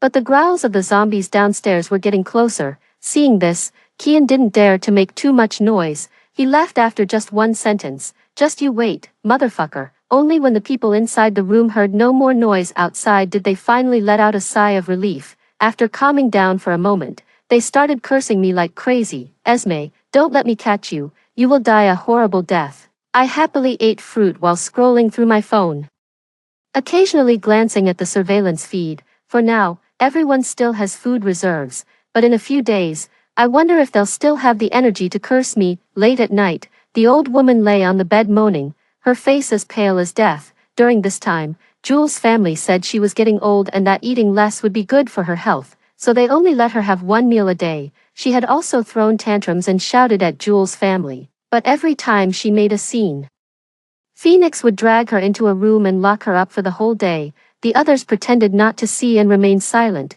I can't stand being hungry every day, even getting up is difficult. She probably never imagined that the Jules family, whom she had always cared for so much, genuinely wanted to starve her to death. Seeing this scene, I turned on the sound from the surveillance. How about it, my dear mother-in-law? Your precious grandson is being taken good care of, isn't he? Hearing the sound, the old woman was startled at first, then with great difficulty, she looked around and spotted the surveillance camera behind the curtain, her eyes gleaming with malice. It's you. Her voice sounded as if it had been scorched by smoke and fire, each word dragged out with hoarse difficulty. I stuffed potato chips into my mouth, the crisp crunching sound of chewing filling the air. Oh my, Granny, how did you end up in such a sorry state? Has your precious grandson not been taking good care of you?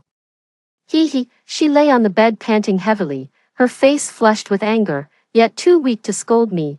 After enjoying the sight of her misery for a while, I leisurely asked, do you want something to eat? The moment I finished speaking, her eyes flew open, her breathing instantly quickened, and she stared fixedly in the direction of the surveillance camera. I hid a few cans of luncheon meat in the fire hydrant by the door. Hope no one else has found them yet. With that, I turned off the microphone. Hearing my words, she acted like a drowning person grasping at a life-saving straw.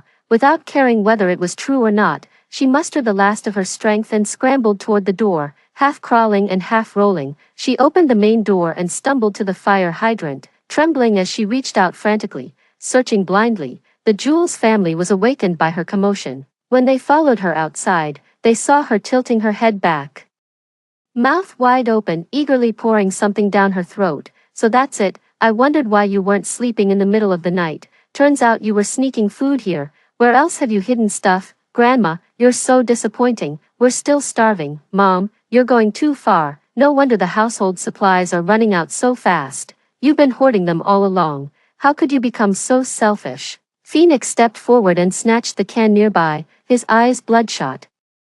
You old hag, always saying you love me the most, yet here you are eating all by yourself. watching the last of the food being taken away. The old woman swallowed the last bite in her mouth and then lunged forward, clinging tightly to Phoenix's legs. Haven't I been good enough to you? Haven't I indulged you in everything since you were little? Haven't I been good enough? Just give Grandma one more bite. What a load of crap. I'm the eldest son and grandson of this family.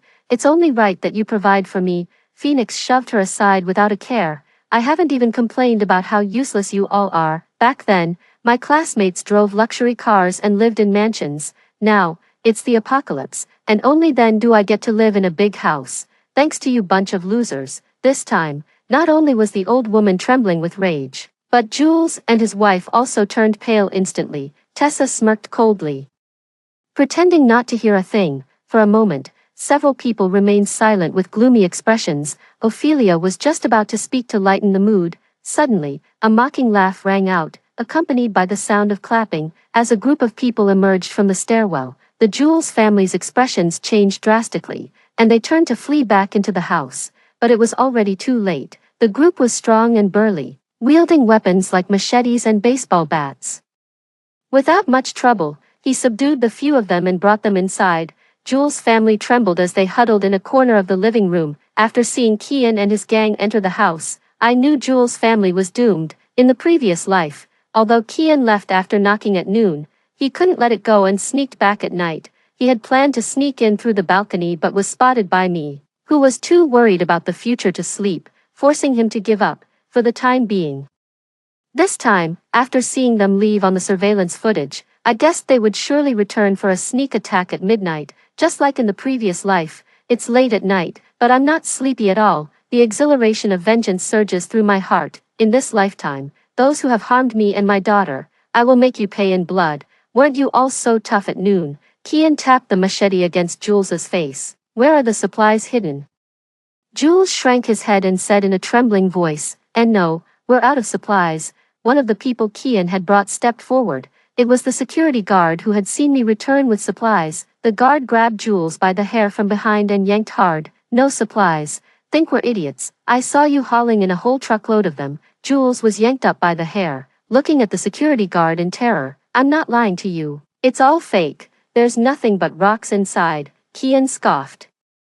You really think we're fools? The machete in his hand came down hard on Jules' leg. Jules screamed and rolled aside, the machete only grazing his flesh as it came down. Along with the blood, the stench of urine filled the air. Kian and the others pointed at Jules' soaked crotch, roaring with laughter. Ophelia threw herself onto Jules, sobbing in agony, her eyes filled with terror and resentment, yet she dared not utter another insult, only crying out, "Stop hitting him, stop, he'll die." Clutching his wound, Jules trembled violently, too pained to speak. Kian ordered his accomplices to search room by room for supplies, and when they found the remaining food in the warehouse, they took everything away, watching the group carry out the supplies in large and small bundles. Phoenix's face turned pale, but he didn't dare utter a word. The old woman's expression grew increasingly twisted, and she finally couldn't hold back, shouting, "Put those down. What you're doing is illegal. I'll call the police to arrest you. You'll be executed for this." Kian, who had reached the doorway, turned back with a cold sneer and spat fiercely. "This house still belongs to me. Letting you stay here was already an act of mercy on my part." Tessa quickly covered her mother-in-law's mouth and said with an apologetic smile, "Brother, the old woman isn't in her right mind, just ignore her." Kian glanced at them, sneered, "Pathetic," and the group swaggered away with the food. After the group left, the only sounds in the house were the crying and cursing of Jules' family, along with Jules' painful moans as blood continued to flow from his thigh. Watching this, I felt a deep sense of satisfaction, in high spirits. I turned off the surveillance and went to sleep with my daughter in my arms. The next day, after our family of 4 enjoyed a hearty breakfast, Mom took Momo to watch the early education videos we had downloaded earlier. As for me, after my usual workout, I made myself a cup of electrolyte water, stretching while checking the surveillance footage. Phoenix sat on the sofa and demanded sharply, "Why didn't you hide the supplies properly? They were all stolen by those scumbags." "What am I supposed to eat now?" Ophelia sat on the floor, unable to hold back her tears. "How was I supposed to know someone would come in the middle of the night, if your grandmother hadn't opened the door for them?" How could they have gotten in? My mother-in-law hadn't received treatment for her previous injury and had gone hungry for many days, already emaciated beyond recognition from starvation and pain. Hearing Ophelia shift the blame made her even more furious, even through the video.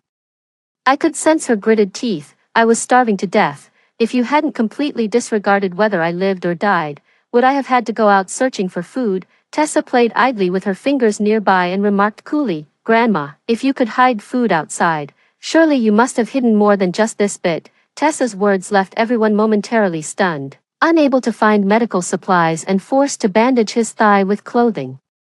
Jules became so agitated that he stepped forward and slapped his own mother. It's all your fault. If you hadn't hidden the supplies outside, they wouldn't have broken in, and my leg wouldn't have been injured. The more he spoke, the angrier he became, trembling with rage until his legs gave way, nearly causing him to collapse. Ophelia, heartbroken for her husband, quickly rushed to support him. Mom, where else have you hidden things? Stop keeping secrets. Everyone is still starving.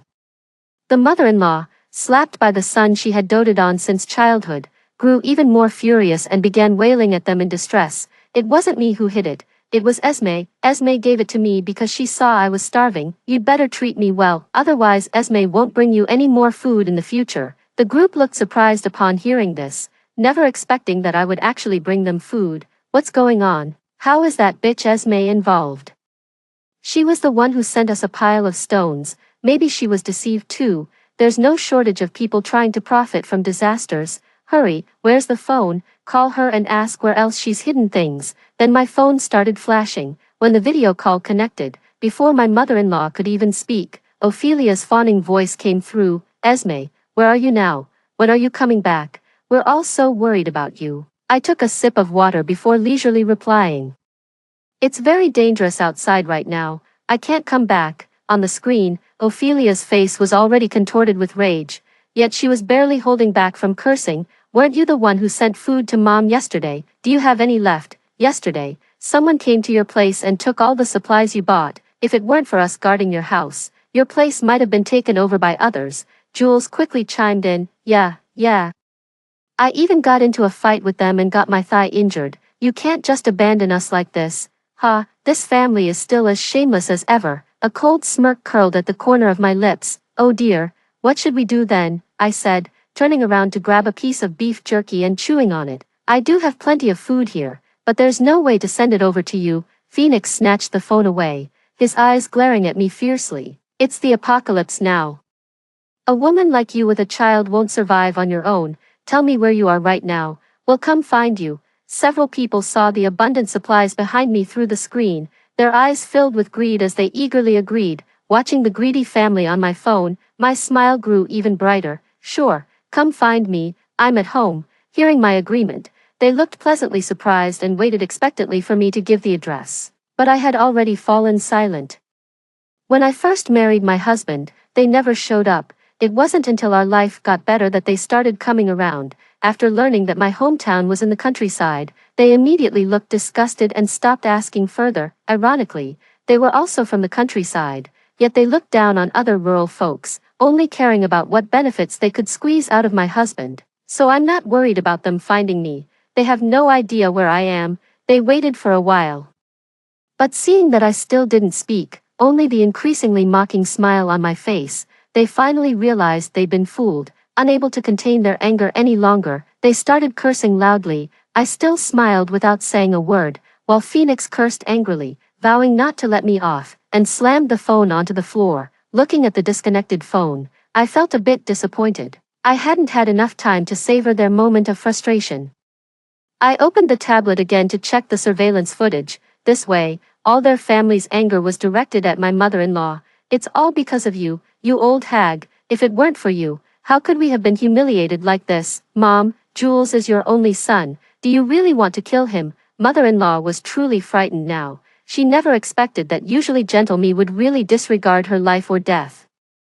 Tessa's eyes darted around. Grandma, just because that bitch Esme has no sympathy doesn't mean everyone is heartless.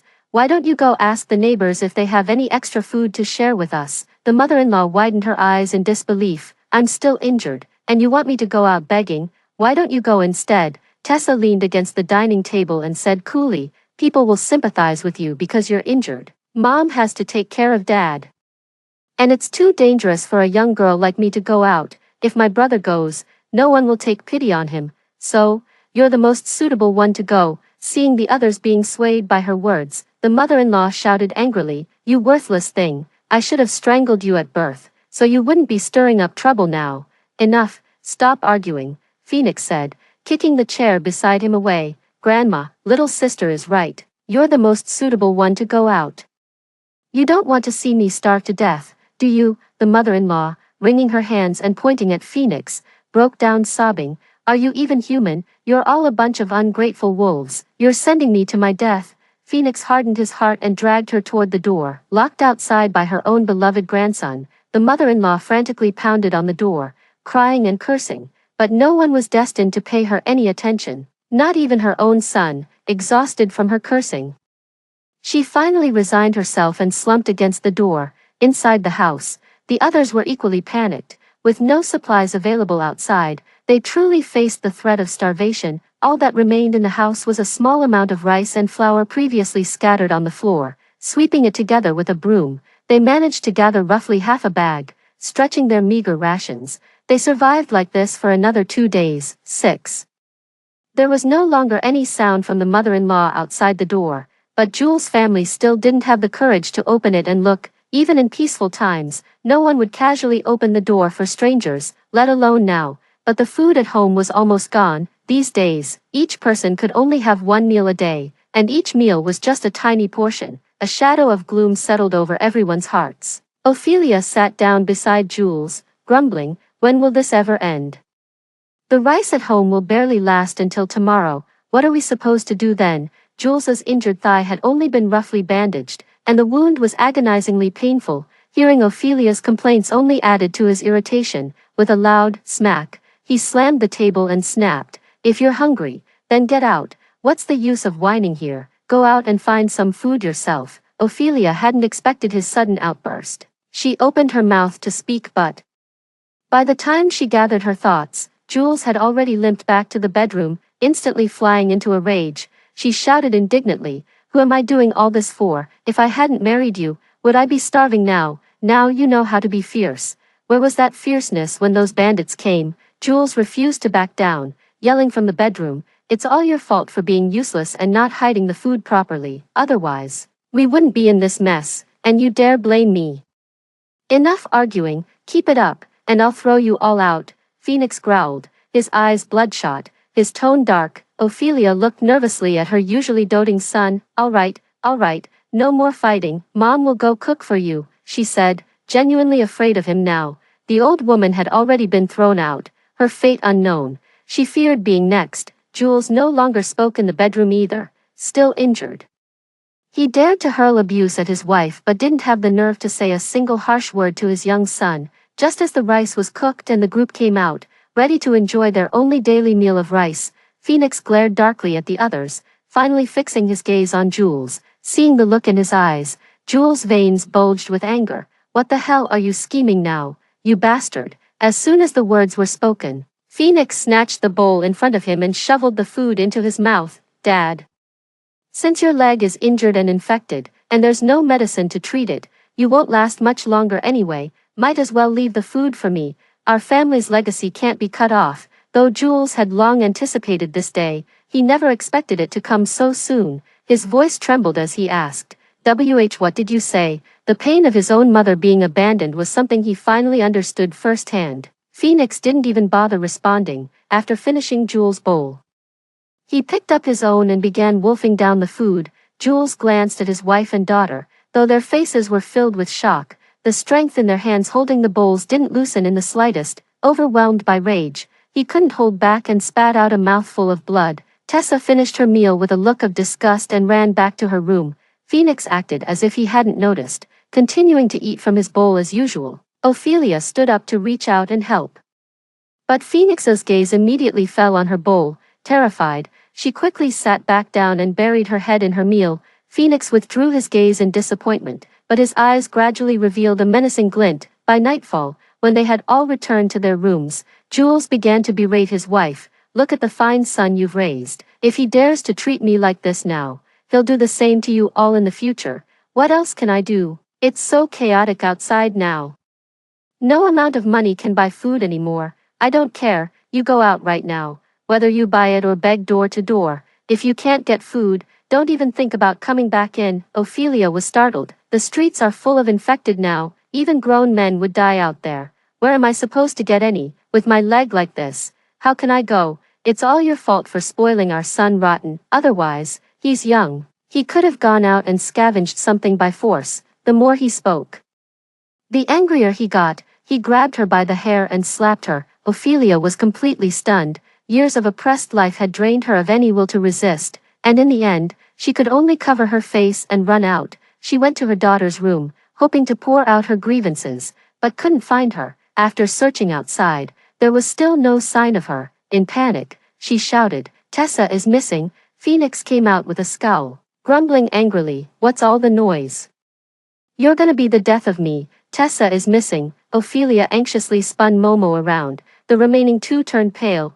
Phoenix grabbed Ophelia and asked, "Check if we still have food left." Her eyes widened in shock as she frantically ran to the kitchen, only to freeze on the spot. The spot where the rice and flour had been stored was now empty, with only a note left behind. "I just want to live." Phoenix flew into a rage and smashed everything in the kitchen that could be broken. "Oh dear, how are we supposed to live like this? That wretched girl is trying to ruin us." Thinking about the unbearable days ahead, Ophelia burst into tears. Jules was so furious that he punched the wall. "I always said she was a money loser. We should have strangled her at birth." Ophelia's wailing only made him more irritable. "Cry, cry, cry, that's all you ever do. What good is crying? It's all your fault for spoiling them. Both of them are nothing but ungrateful wretches." Ophelia sobbed speechlessly, never expecting that after toiling to serve the entire family, she would end up with nothing but a heap of blame. Phoenix watched coldly. "Mom, you've always been in charge of the food. Since you lost it, you're responsible for going out to find more. Otherwise, none of us will survive." Ophelia clenched her teeth in resignation and dragged her heavy steps outside. If she didn't leave on her own, they would surely drive her out anyway. Watching through the surveillance feed, I never imagined things would unfold this way, but then again, it fits perfectly with this family's selfishness. They'd do anything to survive. In the following days, Ophelia did not return, and with no food left, the remaining two could only drink water to stave off hunger. After a few days without eating, they had already visibly lost weight. Jules was likely suffering from a fever caused by an infected wound. He looked utterly unrecognizable, lying dazed by the bedroom door, moaning in pain. Phoenix paced restlessly around Jules. "I was quite curious. How could such a selfish person suddenly start caring about his father? Just as I was wondering, I saw in the video that he seemed to have made up his mind." Dragging Jules toward the kitchen, thinking of a certain possibility, my face turned pale with fright. And I was so startled that I didn't even notice the water glass slipping from my hand and shattering on the floor. My parents came running at the sound, following my gaze to the tablet. My father panicked and covered my mother's eyes, while she, guessing what was happening, shrank back and buried her face in his chest. I don't remember when I turned off the surveillance cameras. I just vomited violently in the bathroom, and when I looked up to rinse my mouth, I saw my extremely pale face in the mirror. I shut down all the surveillance. As for the fate of that family, I no longer care to keep track of it. In this apocalyptic world, such situations will only become more common. All I can do is protect my own family. Days passed one after another, just as I had imagined. Hardly anyone came to our hometown, only a few waves of zombies, which were kept at bay by the high walls and electric fences we had built earlier. Our family of four didn't slack off either. Daily exercise became a must-do activity, and we also started teaching Momo some survival skills, with the most important being how to protect herself. After more than half a month had passed, I suddenly remembered and checked the surveillance footage again. The living room of the house no longer had Jules' family. Instead, it was occupied by Kian and his group. I happened to overhear them talking about what happened to Jules' family. It turned out that Phoenix had held on for a few more days but eventually left the house, armed with 2 kitchen knives. He broke into the neighbor's house. By that point in the apocalypse, the neighbors were nearly out of supplies too. Unable to find food, Phoenix lost his mind and tried to kill the neighbor's child. Fortunately, although the neighbors were injured, they managed to escape. Phoenix, in his pursuit, unexpectedly ended up near Kian and his group. Realizing he couldn't escape and driven by hunger that clouded his mind, he raised a kitchen knife, determined to take Kian and the others down with him, but he was no match for Kian and his crew, who had long operated on the fringes of the law. While trying to dodge, he tripped over a corpse on the ground, fell from the windowsill, and was quickly overwhelmed and devoured by a swarm of zombies. At that moment, a man with a satisfied expression walked out of the bedroom. Pulling up his pants as he went, a barely clothed woman stumbled out after him, disregarding her disheveled state as she scrambled on all fours toward Kian. Kian dodged her in disgust, grabbing a piece of bread from the table and tossing it at her. The woman snatched the bread, pushed the hair away from her face. It was Tessa. She immediately began stuffing the bread into her mouth, swallowing it whole, between frantic bites. She babbled madly, "That man deserved to die. He kicked his own mother out, and the corpse he tripped over was hers. It's karma, it's karma." Kian and the others were momentarily surprised upon hearing it, but then they smiled and started talking about something else. After that, I never opened the surveillance feed again. I stopped paying attention to their affairs. In the days that followed, the nightmares from my past life no longer haunted us. Our family of 4 kept each other warm. And we vowed to use every ounce of our strength to survive in this chaotic era. 2 more years passed. Dad fired his last bullet, and the arrows in my crossbow were no longer sharp. Momo has already grown into the appearance of a little adult. Just when we thought we couldn't hold out against the next wave of zombie attacks, gunshots rang out from all around us. The broadcast that followed the gunfire was so heartening. "The country will never abandon anyone." Hearing the inspiring words from the broadcast, for a moment, both my parents and I were in tears. Although Momo didn't understand why we were crying, she also looked serious as we all gazed at the flag fluttering in the village together. It is the ultimate destination that belongs to everyone, a force that can unite all, illuminating the path forward for all. Story 2. I have had the ability to foresee the future since I was a child, and this time, I foresaw the outbreak of zombies.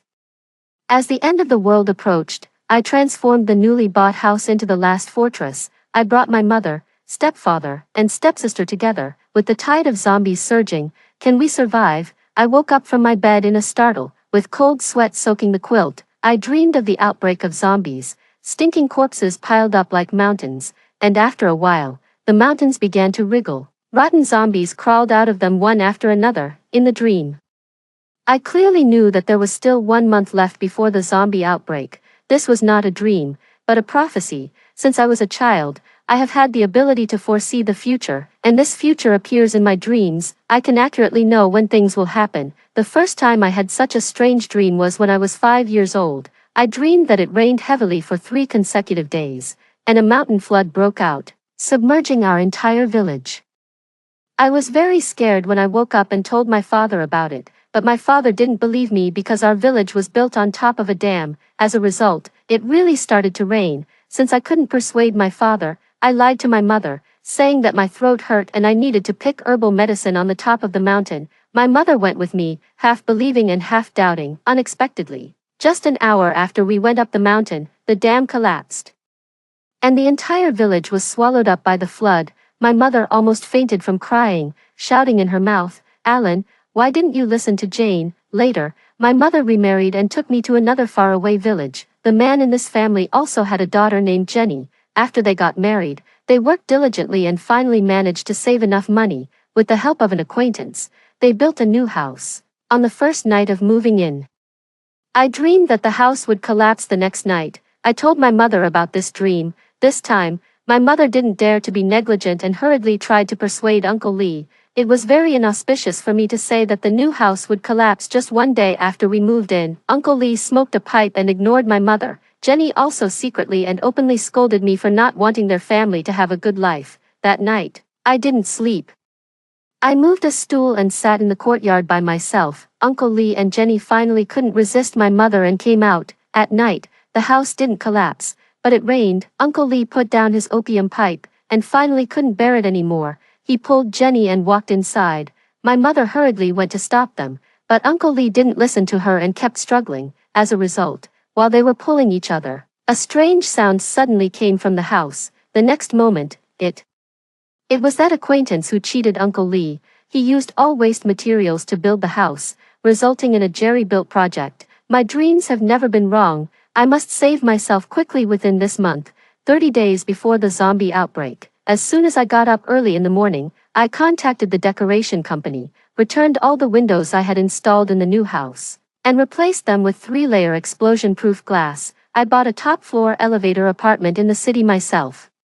It had just been handed over not long ago, and most of the residents were still decorating. I quickly added sound insulation to the floor and walls, and also replaced the door with a super heavy anti-theft door that was 10 centimeters thick. The manager of the decoration company looked at me strangely. I just said that as a young girl living alone, I still needed to take good safety measures. The manager pursed his lips and agreed. He then suggested that I stick a one-way film on the glass.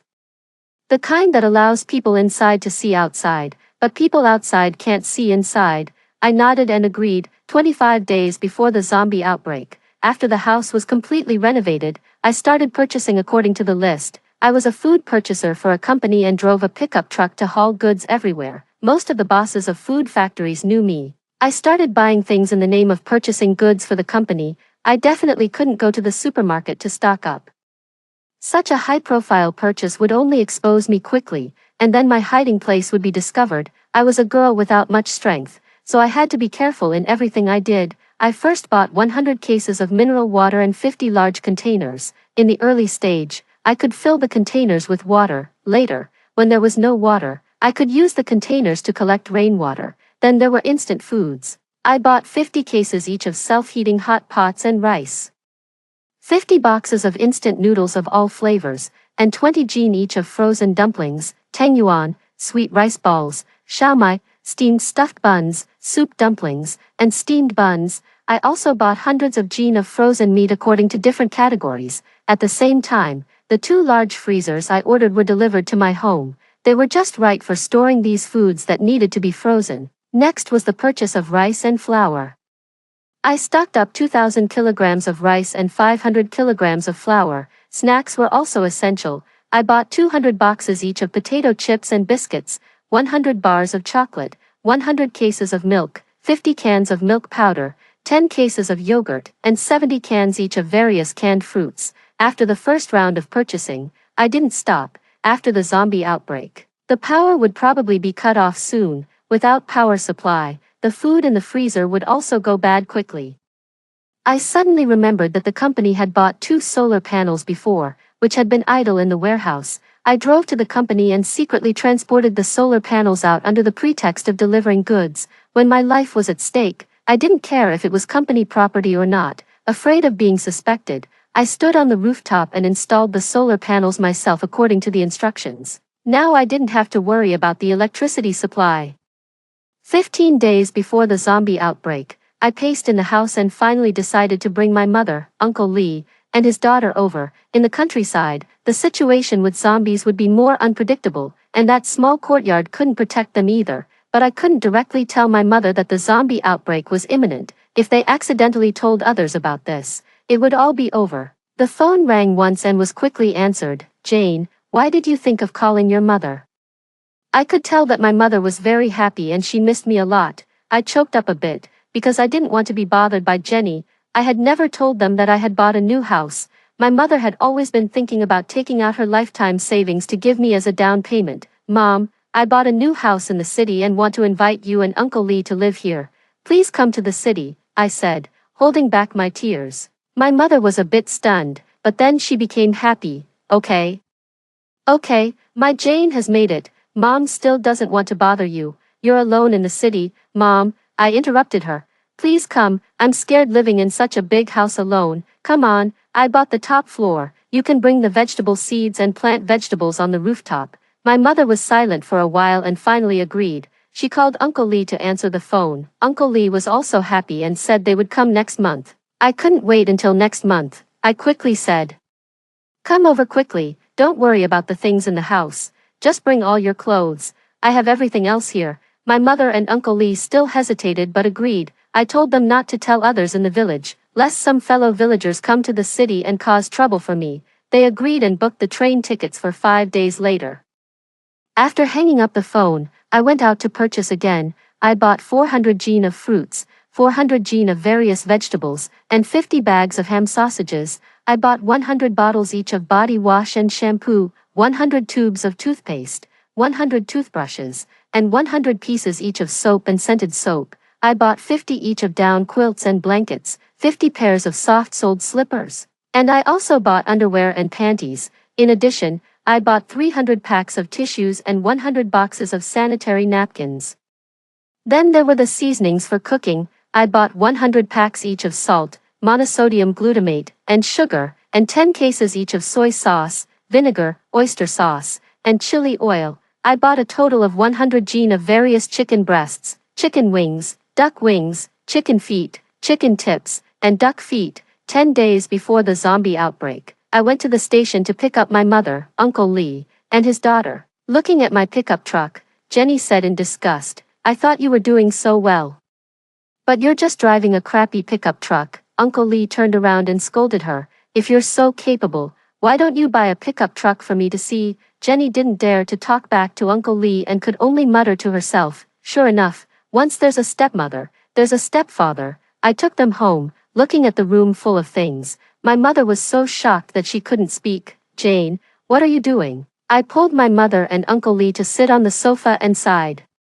"Mom, Uncle Lee, I had a dream again." Upon hearing this, Uncle Lee's body shook. Since I predicted the collapse of the house when I was a child, he had firmly believed in my dreams and would ask me from time to time if I had dreamed of anything. But after that, there had been no more prophecies. Until this time, it was the third time, I dreamed that there would be a zombie outbreak. My mother and Uncle Lee didn't know what zombies were. So I explained that they were something that humans turned into and would bite people after mutating. As long as someone was bitten by them, they would lose their consciousness and then turn into a zombie like them. After hearing this, Uncle Lee's hands were shaking. They quickly understood the reason why I had brought them here in such a hurry. After recovering from the shock, the two of them started to help with the preparations together. Jenny didn't say anything after hearing my words and sat on the sofa eating snacks by herself. 8 days before the zombie outbreak, I took my mother and Uncle Lee to the street to purchase. I didn't dare to buy all the medicines from one pharmacy, as it would arouse suspicion. We drove around the streets and bought something from each pharmacy. I bought 50 rolls of bandages, 10 bottles of medicine for bruises and sprains, 50 boxes of Jianwei Shaoshur tablets, a kind of digestive aid, 50 boxes of anti-inflammatory drugs, 50 boxes of cold medicine, 50 boxes each of vitamin C and vitamin E, and 100 packs of granules. Finally, to prevent the zombies from spreading through viruses, I also bought 5,000 masks. My mother was more meticulous than I thought. She was afraid that if the pots, pans, and other kitchen utensils at home were broken and we couldn't cook, so we bought 5 sets of kitchenware and 20 sets of tableware, to prevent changes in temperature. We bought 30 cases each of warm baby pads and cooling patches. Then I took the two of them to buy down jackets, pajamas, and bedding. Everything was in sufficient quantity, and we didn't consider the cost. When we got home, we happened to meet Jenny, who was coming back from outside. As soon as Uncle Lee saw her, he became anxious. "I told you that it's not safe these days. Even if you don't want to help, just stay at home. What's the point of running out?" Jenny gave him a glare. "I won't be able to go out soon. What's wrong with me going out to see the wonderful world?" Uncle Lee couldn't argue with her, so he simply stopped talking. For days before the zombie outbreak, Uncle Lee had been worried these days. Finally, he discussed with me and decided to go to the street to buy some suitable tools, just in case. After saying this, Uncle Lee looked at me a bit sheepishly and said in a low voice, "Jane, can Uncle Lee have 10 packs of cigarettes? You know I can't do without cigarettes." I understood Uncle Lee very well. Just as I was about to nod and agree, my mother suddenly rushed out from the next room. "No, you should just quit smoking while you're at home." I looked at the two of them, feeling a bit dumbfounding. When we went to the street, I bought 2 long and sharp watermelon knives and 2 bone chopping knives. I also prepared 4 sets of protective gear, 50 flashlights, 50 power banks with a capacity of 20,000 mAh, 1,000 candles, 100 boxes of matches, 50 lighters, and 50 liters of gasoline. At Uncle Lee's request, I bought a set of radio equipment and brought it back. By the way, I also bought 5 high-definition night vision binoculars for outdoor use. The owner of the outdoor store was stunned when he saw me buying so many things. I had to explain that I was an outdoor adventure blogger and was going to take people camping in the mountains. When I got home, Jenny was gone again, and my mother was also missing. I went to ask Uncle Lee, and he said that my mother was on the rooftop. I ran up and saw that my mother had carried back several big bags of soil from the outskirts of the city. She sowed the seeds on the rooftop and started the urban farming life. This was great. Even if the zombie outbreak lasted for a long time, we wouldn't starve to death.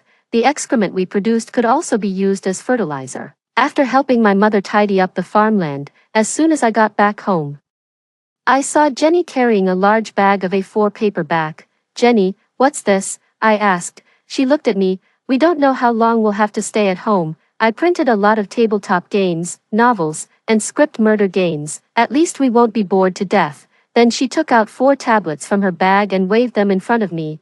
I bought a tablet for each of us. In the following days, Jenny was busy downloading all the popular TV dramas and movies in recent years.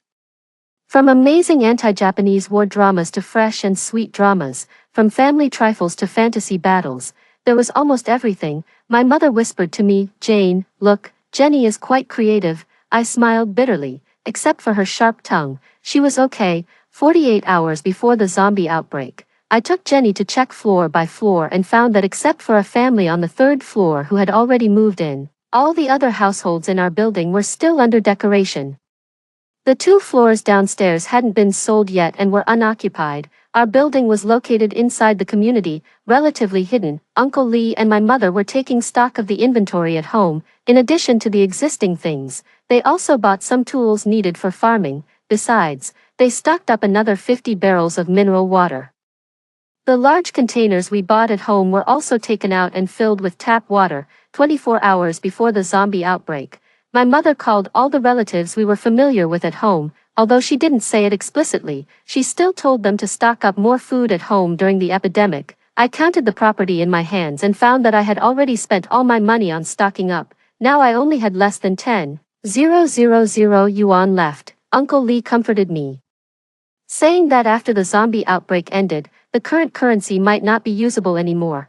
Thinking about it, I thought he was right and stopped feeling sorry for the money. 3 hours before the zombie outbreak, Uncle Lee and I took some construction waste and placed it in the emergency passage to create the illusion that there was no one upstairs. We also found the infrared sensors at home and placed them in the hidden corners of the emergency passage. In this way, once someone came upstairs, my phone would receive an alarm. However, the battery of the sensor could only last for about 2 years. We closed the iron door of the emergency passage, locked it with a large iron chain, and then nailed thick wooden boards to completely block this path. 5 minutes before the zombie outbreak, Uncle Lee used to be an electrician in the city. I pressed the elevator to stop at the top floor, and then Uncle Lee found the wires of the elevator and cut them with a pair of scissors.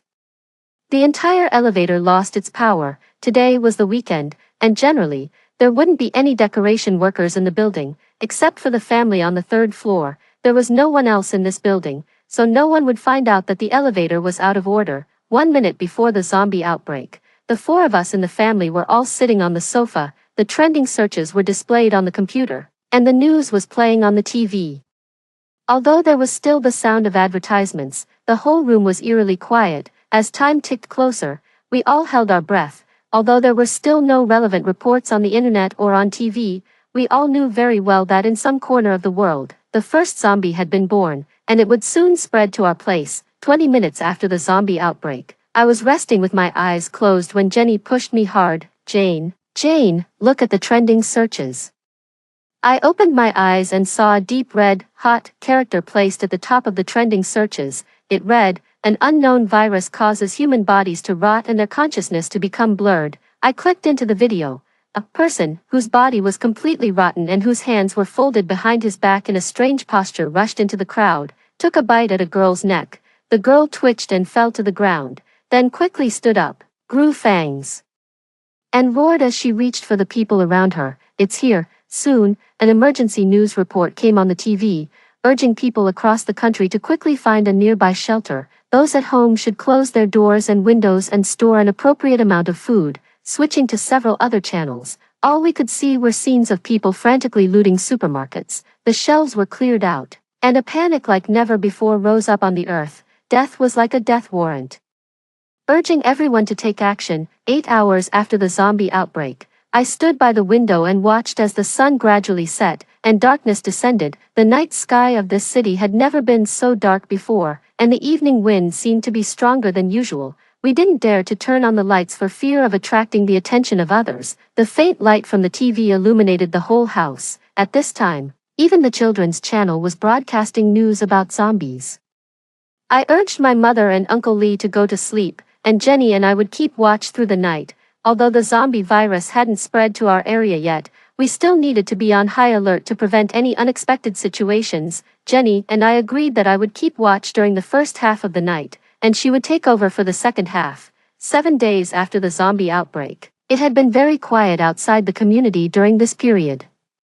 Perhaps the influence of the zombies hadn't reached us yet. Even in the places that could be seen with the telescope, no abnormalities were found. The power supply and water supply had been stable. The TV kept repeating that everyone should not panic, that we had a powerful motherland behind us, and that we should stay at home and not go out. My mother was very anxious and kept pacing around the room every day. Jenny and I didn't have much to talk about anyway.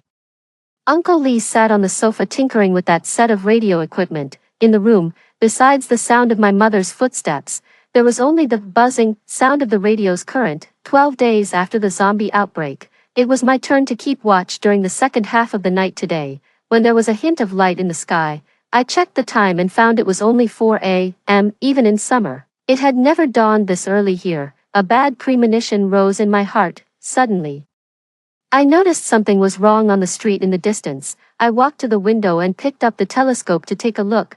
What was slowly moving on the horizon was not the light of the sun, but a dark line. As that line gradually approached, with the help of the telescope, I finally saw that it was an extremely powerful tide of zombies. They obviously came from other cities, and every single one of their bodies was extremely distorted. The zombies had really arrived. They slapped hard on the door of the convenience store by the roadside. Under the attack of countless zombies, the door was smashed open, and the zombies swarmed in. Even the stray dogs by the roadside became a delicious meal in the eyes of the zombies. Soon, some zombies broke through the railing and rushed into the community. While I was observing with the telescope, a zombie looked up in my direction. There was almost no flesh on his lips, and his white teeth were exposed. As if he was smiling at me weirdly, I took half a step back in fright. If it weren't for the one-way film pasted on the window, I would almost have thought I was discovered. When it was completely dawn, I didn't dare to open the window anymore because even on the 32nd floor, I could smell a strong stench of decay in the air. My mother and Uncle Lee got up early, seeing me standing by the window motionless. They both came over and asked me what was wrong. My goodness, what kind of monster is this? My mother's face turned pale with fright just after taking a glance. Uncle Lee's expression wasn't very good either. The zombies broke open the doors of the residence on the lower floors. I saw the old granny who often smiled at me in the community being dragged out. I quickly covered my mother's eyes. Don't look, Mom, Uncle Lee, you two don't look either. I helped the two old people sit on the sofa, holding back my nausea and trying to put on a calm expression. We've stocked up so many things. As long as we don't go out, nothing will hurt us, I said. My mother nodded in a panic. Uncle Lee frowned, and the two of them didn't go near the window for the whole day. 15 days after the zombie outbreak, the water and electricity were completely cut off. Fortunately, our solar panels began to work, so the house didn't lose power. We had stored a lot of water before, and it could definitely last until the next rain. Even so, I still reduced the water consumption of the whole family. Each person could only brush their teeth once a day and wipe their body with a wet towel. Uncle Lee still persisted in tinkering with that set of radio equipment, and my mother was responsible for planning the lunch and dinner every day. The first thing Jenny asked my mother when she woke up from making up for sleep was what we were having for dinner. My mother smiled and said we were having stewed pork ribs today. Come to think of it, my mother never prepared breakfast for Jenny and me because every time we woke up late, it was already noon. Unconsciously, we were saving food for the family. My mother came out of the kitchen with a large pot of pork ribs. The soft and glutinous stewed pork ribs exuded a strong aroma. The reddish-brown color of the sugar made the pork ribs even more appetizing, and there was a layer of white sesame seeds sprinkled on top. It almost makes my nose fall off with the fragrance, Jenny said. Our family sat happily at the table. At this moment, outside the window, the zombies were still tirelessly crashing into the doors of the residents on the lower floors, and one living person after another became their lunch. 32 days after the zombie outbreak. Just 1 month after the zombie outbreak, I clearly felt that the daytime hours were decreasing, and the energy collected by the solar panels was also less than it was a month ago. It rained twice during this period, which just filled the consumption of our daily water use. We no longer used the squatting pans and toilets. Instead, we used a plastic bucket to go to the toilet on the rooftop. The feces dried naturally and wouldn't bring us any unpleasant smells. At dinner time, my mother cooked 15 dumplings for each of us. Jenny was tirelessly reading a romantic novel and was absent-minded while eating the dumplings. Uncle Lee was also watching an amazing anti-Japanese war drama with headphones on. He had now accepted the behavior of having a meal while watching TV dramas. I was still calculating the consumption of food, water, and electricity. My mother, with the greatest piety towards food, sat upright and ate. The only sound in the room was the sound of us swallowing the dumplings. Suddenly, the radio placed on the coffee table buzzed. Once, we all looked up, glanced at the radio, and then looked at Uncle Lee. "Old man, is this radio broken?" my mother asked. This radio was newly bought, except when Uncle Lee usually debugged it. It had never made a sound. Jenny and I looked at each other and felt that something was wrong. No one said anything, and we all stared at the radio without moving. Zizzing, the noisy sound suddenly filled the room. It was obviously no longer an ordinary minor malfunction. "Hello," a human voice came from the radio. A cold sweat broke out on my back. The occupancy rate of this community was not high in the first place, and many households had been broken into by zombies during this period. There weren't many people living within the range of the radio's projection. "Hello, zizzing." The current was intermittent, and a young man's voice came through.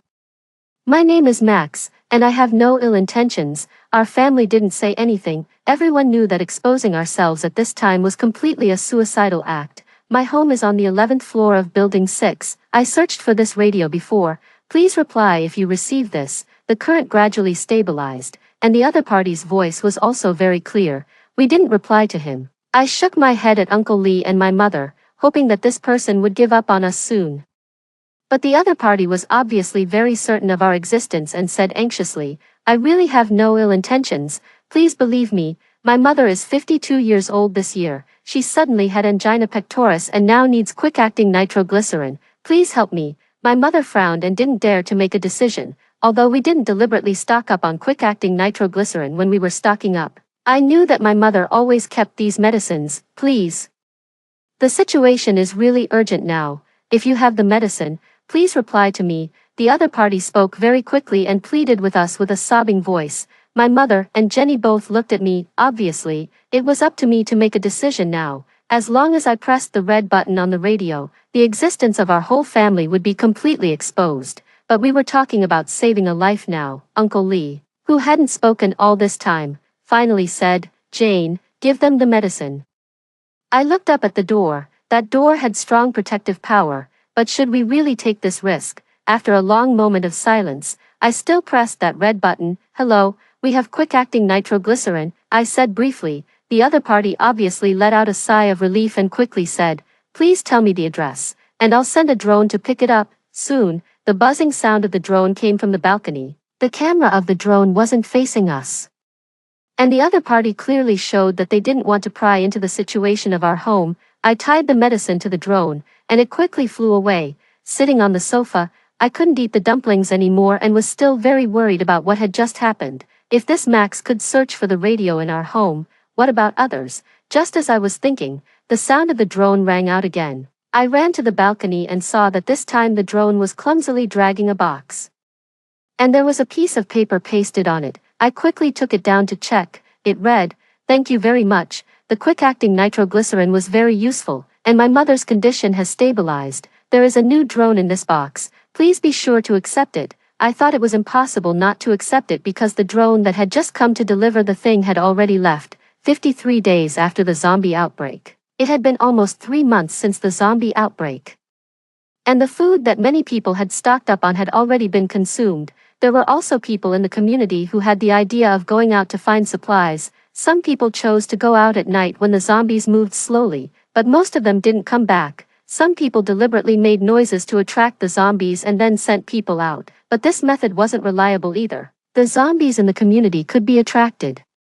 But what about the zombies outside the community? I had observed that some zombies would accidentally walk into the underground garage, and it was now almost impossible to go in and drive a car. The temperature this year was also very abnormal. Autumn came especially early, and the temperature dropped significantly. This winter might be more difficult to endure than any previous winter. My mother, seeing that the fat on our bodies was piling up more and more, set a exercise time for us. The so-called exercise was to walk from the living room to the bedroom and then from the bedroom to the living room. We had to walk 500 circles every day, and those who didn't reach the step count wouldn't have dinner. Ouch, I really can't walk anymore. I'm not walking. Jenny collapsed on the sofa and rolled her eyes at me and my mother. My mother wasn't angry at all. If you don't walk, you won't have dinner. Jenny didn't care. She wanted to rely on the snacks I had stocked up on before for dinner. Was my mother so easy to fool? She huffed and puffed and moved all the things that didn't need to be cooked to her own room and then locked the door. Jenny let out a wail and reluctantly stood up to walk again. 82 days after the zombie outbreak, the weather had completely turned cold. When I was keeping watch at night, I tightly wrapped myself in the blanket. I had already gotten tired of playing the small games that I had downloaded on my phone before. I couldn't turn on the lights at night and couldn't read a book, so I just sat on the sofa blankly with that radio in front of me. Come to think of it, since Max came to borrow the medicine last time, we had turned off this radio, and there was a thick layer of dust on it. I pressed the switch, and a noisy current sound came out. Afraid of disturbing my mother and the others' sleep, I took out the headphones and connected them to the radio. I gently turned on that red button and tentatively said, "Hello, hello." An answer came immediately from the other side. I trembled in fright, but then I remembered that it was Max's voice. I pretended to be calm and said, "Aren't you asleep?" Max let out a soft laugh and then said in a gentle voice, "Just like you, I'm keeping watch at night." How did he know I was keeping watch? Oh, at this time, if it wasn't something urgent. Everyone should be keeping watch. How did you find the radio in our home before? I asked. Max's breathing sound came through. I suddenly regretted buying such a high-precision radio. This kind of breathing sound really made people have all sorts of associations. When I was stocking up, I bought a lot of electronic devices. After the zombie outbreak, I took them out to study and accidentally found it, Max said. Besides the radio in our home, are there any other devices? No. Max was very certain. When I found the device in your home, it was like finding a lighthouse while sailing in the dark sea. As a result, you actually turned off the device. Why did this tone sound a bit resentful? I raised my eyebrows and chose to avoid this question. Did you stock up on supplies? Are you a prophet? Max wasn't to be outdone. What about you? Are you a prophet too? Oops, I really am a prophet. Seeing that I didn't answer, Max said to himself. I used to study in Country M and majored in biology. Then I suddenly received an instruction from my superiors, saying that the zombie virus had leaked, so I fled overnight and returned to the embrace of my motherland. Then I met you. Even though I could only hear this person's voice, my face instantly turned red. In the past 20-something years, I first came out of a small mountain village, studied hard in university, and after graduation, I found a job with a high salary but a lot of troubles. I hadn't had a moment of leisure, so until now, I was still a virgin who had never been in a relationship. Suddenly having a boy talk to me like this made me not know how to place my limbs. My long silence didn't seem to affect Max's mood. He said, "I'm on duty during the first half of the night on Mondays, Wednesdays, and Fridays, and during the second half of the night on Sundays. You can hang up the radio." Who wants to hang up the radio with you? The 100th day after the zombie outbreak, our family's radio hasn't been turned off during this period. It seems that the other 3 people in the family don't object to the radio. Sometimes my mother even chats with Max's mother about daily matters. When the 2 of them are happy chatting, they will also make some food and send it to each other. Max's mother is from Guangdong, and the taste of the food she makes is completely different from that made by my mother, who is from Southwest China. From this day on, the dishes on our table have never been repeated. The orientation of Max's house is exactly the opposite of ours, so that we can monitor the situations on both sides at the same time, and everyone is quite satisfied with this. However, except for me and Max, no one knows that we still chat when keeping watch at night. Max said that there are also 4 people in his family, besides him, his parents. There is also a younger brother who is in high school. Wow, a high school younger brother. Can you introduce him to me? I said with a smile. Max was silent for a moment and then said, aren't I enough for you? My and Max's night watch times are astonishingly similar. From this day on, keeping watch no longer seems to be such an unpleasant thing. The 149th day after the zombie outbreak, in the blink of an eye. Almost half a year has passed, and winter has officially arrived. Usually, the winter here is only around 2 or 3 degrees Celsius, but this year it has miraculously dropped to -5 degrees Celsius. When I got up in the morning, I saw snow falling from the sky for the first time. I wrapped my down jacket tightly around me and added 2 more warm baby pads for myself. The zombies seem to be very afraid of the cold and are all huddled in the corners without moving, plus they haven't eaten for a long time, so even if they move, they are very slow. Finally, Uncle Lee and I discussed and decided to turn on the heating air conditioner, and the temperature in the room became a little more bearable. Jenny is young and full of energy. She runs around without wearing a coat. Damn it, Jenny, put on your coat. What if you catch a cold? Uncle Lee nags Jenny 800 times a day. And Jenny has already become very thick-skinned. She gave us a sideways glance. All wrapped up like Zongzi, mumbled, it's none of your business, and walked away. The 153rd day after the zombie outbreak. As expected, Jenny caught a cold. The medicine reserves at home are still relatively sufficient. I took some cold medicine for her based on my limited medical knowledge. My mother said that Jenny caught a chill, and just taking medicine would make her recover slowly. After thinking about it, I went to the kitchen and cooked a bowl of fruit porridge for her. I brought it to Jenny's bedside. She glanced at it and mumbled, who asked you to meddle in my business? However, her body was honest, and she obediently took the porridge and sipped it. I had nothing to do during the day, so I simply tidied up the things in Jenny's room. Although Jenny has a cold, she is in good spirits. Wherever I go, her eyes follow me, just like a child watching a teacher perform a show. Then she seemed to suddenly remember something. Hey, are you talking to Max on the radio at night? Me, I mechanically turned my head, and the things in my hand fell to the ground accordingly. Was I discovered for the first time talking to a boy at midnight? Seeing my stunned expression, Jenny rolled her eyes. Come on, we're not junior high school students anymore. I won't tell your mom. Anyway, I'm not like some people who are still single even at a certain age. I immediately grasped the key point of this sentence. Oh. You have a little boyfriend, Jenny said openly. Of course, my boyfriend is very nice. He's also from this city. She paused for a moment, and then her expression became a little unnatural. I don't know how he's doing after the zombie outbreak has lasted for so long. In this troubled world, no one can guarantee how others are doing. It's already against the odds that I've managed to protect my family with my prophetic ability. I walked over and patted Jenny's shoulder. Don't worry. Everyone has their own destiny. Seeing her disappointed expression, I added, everything will be okay. Jenny curled up on the bed with her face in her hands. It wasn't until I was about to walk out of the door with the bowl that she whispered, thank you, sister. This is the first time Jenny has called me sister since I moved into Jenny's family with my mother all these years. The 199th day after the zombie outbreak. The weather is extremely cold, and the daytime hours have shrunk drastically. The power supply from the solar panels is seriously insufficient. We can only reduce the time we use the air conditioner to barely meet our daily electricity needs. My mother took out all the down jackets and cotton padded clothes at home. Each of us is wrapped in at least 6 pieces of clothing. Learning from the lesson of her last cold, Jenny even draped a blanket over herself. In the evening, there are faint signs of snow again. My mother finally decided that we would have hot pot today. The beef tallow base of the hot pot is gurgling. I quickly picked up a slice of tripe, blanched it in the pot for more than 10 seconds, and then stuffed it into my mouth. The crispy texture shocked my taste buds. Then came the shrimp paste, spicy beef. Just as our family was enjoying the meal, the radio rang again. I ran over to answer it, but I didn't plug in the earphones. Max's gentle voice with a bubbly tone sounded. What are you doing?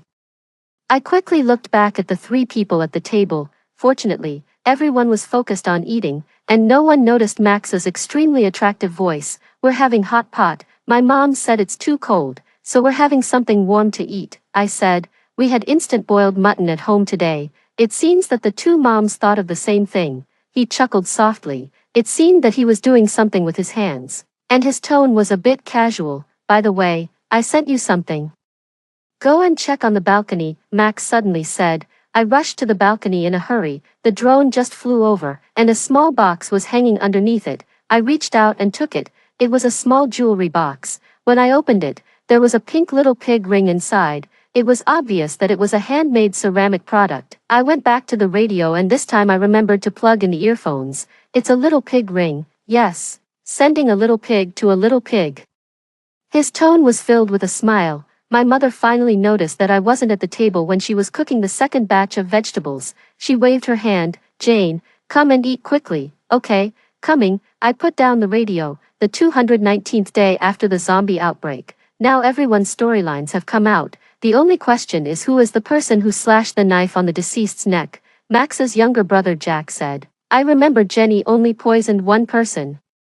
And she even poisoned the wrong person, right? Max said. I vote for Jenny, Max said. I quickly added, I vote for Jenny too. Uncle Lee immediately said, I also think Jenny looks the most like the murderer. Jack thought for a while. Except for Jenny, I don't seem to have any other candidates. But I think Jane also looks like the murderer. Wasn't she the last person to see the deceased? Max's father chimed in. Jenny, who was unanimously suspected by everyone, also jumped out and said in a hurry, that's right, Jane is also highly suspected. She seems to have an unknown identity. Finally, after the vote, I got 2 votes and Jenny got 4 votes. The minority obeyed the majority, and Jenny was arrested as the murderer. Today is New Year's Eve, the last day of this year. Since there is no Spring Festival gala to watch, Jenny suggested playing a script murder game. At first, it was just me, Jenny, Max, and Jack, but at our strong request, Uncle Lee and Max's father also joined. The 2 mothers were preparing the New Year's Eve dinner.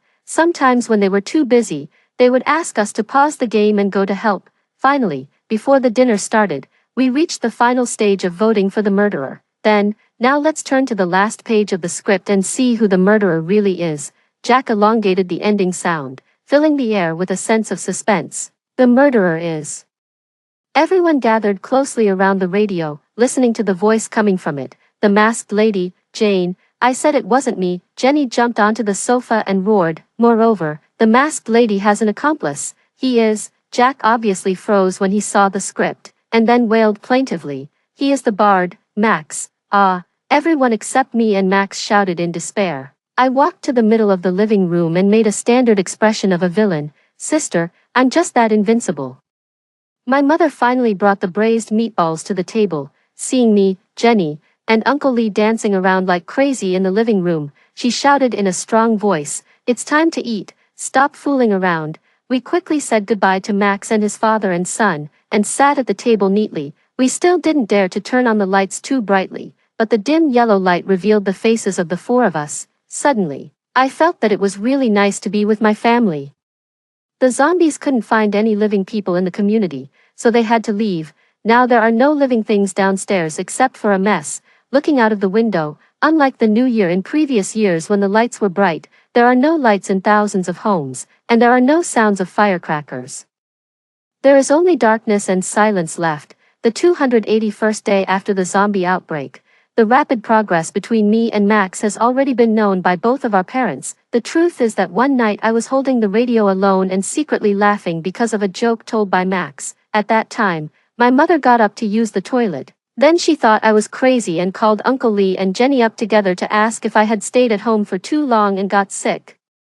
Jenny sat aside with an unstoppable smile on her face, looking like, the couple I'm shipping is going to be together. Under my mother's interrogation, I finally pulled out the earphones in despair and let Max explain the matter to my mother, while I curled up in a corner of the sofa like an ostrich. The next day, my mother chatted with Max's mother on the radio for a whole day. Both sets of parents are quite satisfied. So during this period, whenever my mother is free, she and Max's mother discuss everything from how to plan the wedding to how many children to have. Is this going too fast? Max also occasionally comes up with some small surprises, including cutting the flowers that Max's mother has been raising for a long time and giving them to me. Later, Jack secretly told us that Max's mother didn't talk to Max for 3 days. The weather is gradually warming up, and we finally took off our down jackets, but at the same time, we are worried that there might be extremely high temperatures in summer. One day, when I was sitting on the sofa watching a drama, the sound of a drone came from outside.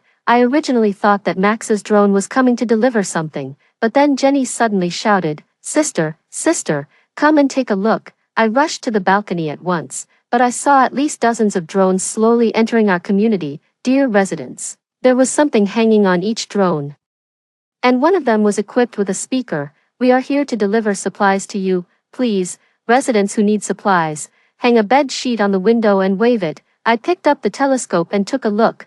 There was a bright red national flag pasted on the drone. These are government drones. We haven't been abandoned. Soon, some residents hung bed sheets on the windows and waved them frantically. The drones quickly flew over and left some compressed biscuits and water.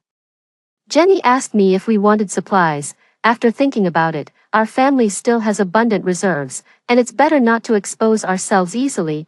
I observed that Max also didn't ask for supplies. I guess he was considering the same thing as me. The drone stayed for a while and then prepared to go to the next location to distribute supplies. Before leaving, they broadcasted, "Please rest assured, the country is actively considering countermeasures. Please continue to hold on. Don't lose heart. Soon, we will be able to defeat the virus and return to normal life." Some zombies heard the sound and also came from not far away, squeezing in the yard and waving their broken hands and feet, trying to reach the drones. They look more terrifying than when the zombies first broke out, but I still have confidence. I think all this will end soon, the 346th day after the zombie outbreak. The weather is getting hotter and more sweltering, although the sunshine hours are long. It's still not enough for us to use the air conditioner all day, so Uncle Lee restricted the time we can use the air conditioner for the whole family. My mother cooked mung bean soup and gave each of us a bowl. She also filled a thermos with a pot of it and sent it to Max. After drinking the mung bean soup, Jack's mind cooled down, and he came up with a naughty idea to hold a cooling-off session for us. Just then, the female lead suddenly bent down to look under the bed. A pair of pale white eyes stared straight at her. Jenny was so scared that she shrank on the sofa and trembled, having already forgotten how hot the weather was. This is Jack's way of cooling off, telling ghost stories. Humph, can such a story that deceives children scare us adults? "Sister, your hands are shaking with fear," Jenny said, the 374th day after the zombie outbreak. I woke up with a start. The bed sheet had been soaked with sweat, but I didn't care about that. I rushed to the living room in a hurry. Jenny looked at me in confusion. Before she could ask, I frantically knocked on my mother's and Uncle Lee's bedroom doors. "Mom, Uncle Lee, hurry up, hurry up." My mother and Uncle Lee also rushed to the living room in a hurry and looked at me with my hair disheveled. "What's wrong, Jane? Why is your face so red? Do you have a fever?" I shook my head. My mind was in chaos. I had another prophetic dream. My mother held my hand, looking extremely worried.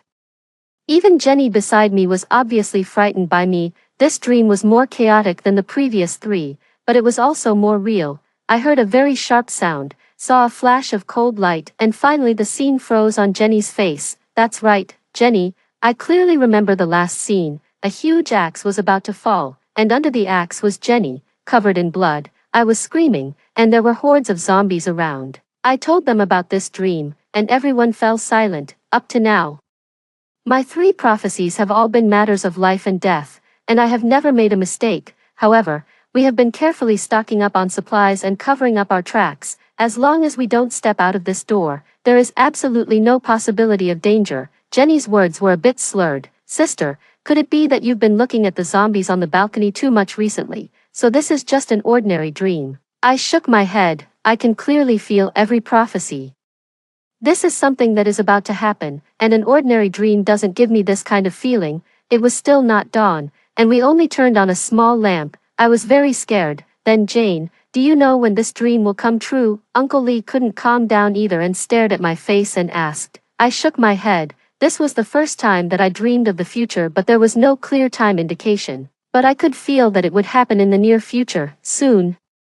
My mother murmured to herself, with a somewhat empty look in her eyes, the 399th day after the zombie outbreak. During this period, the atmosphere at home has been very gloomy, and the weather is hotter than we can imagine. The air is like cooked glutinous rice, so sticky that it makes people feel uncomfortable. But what's even more frustrating is that prophecy. When will it happen? Who will be holding an axe and trying to harm us? Will we die? We don't know any of these things.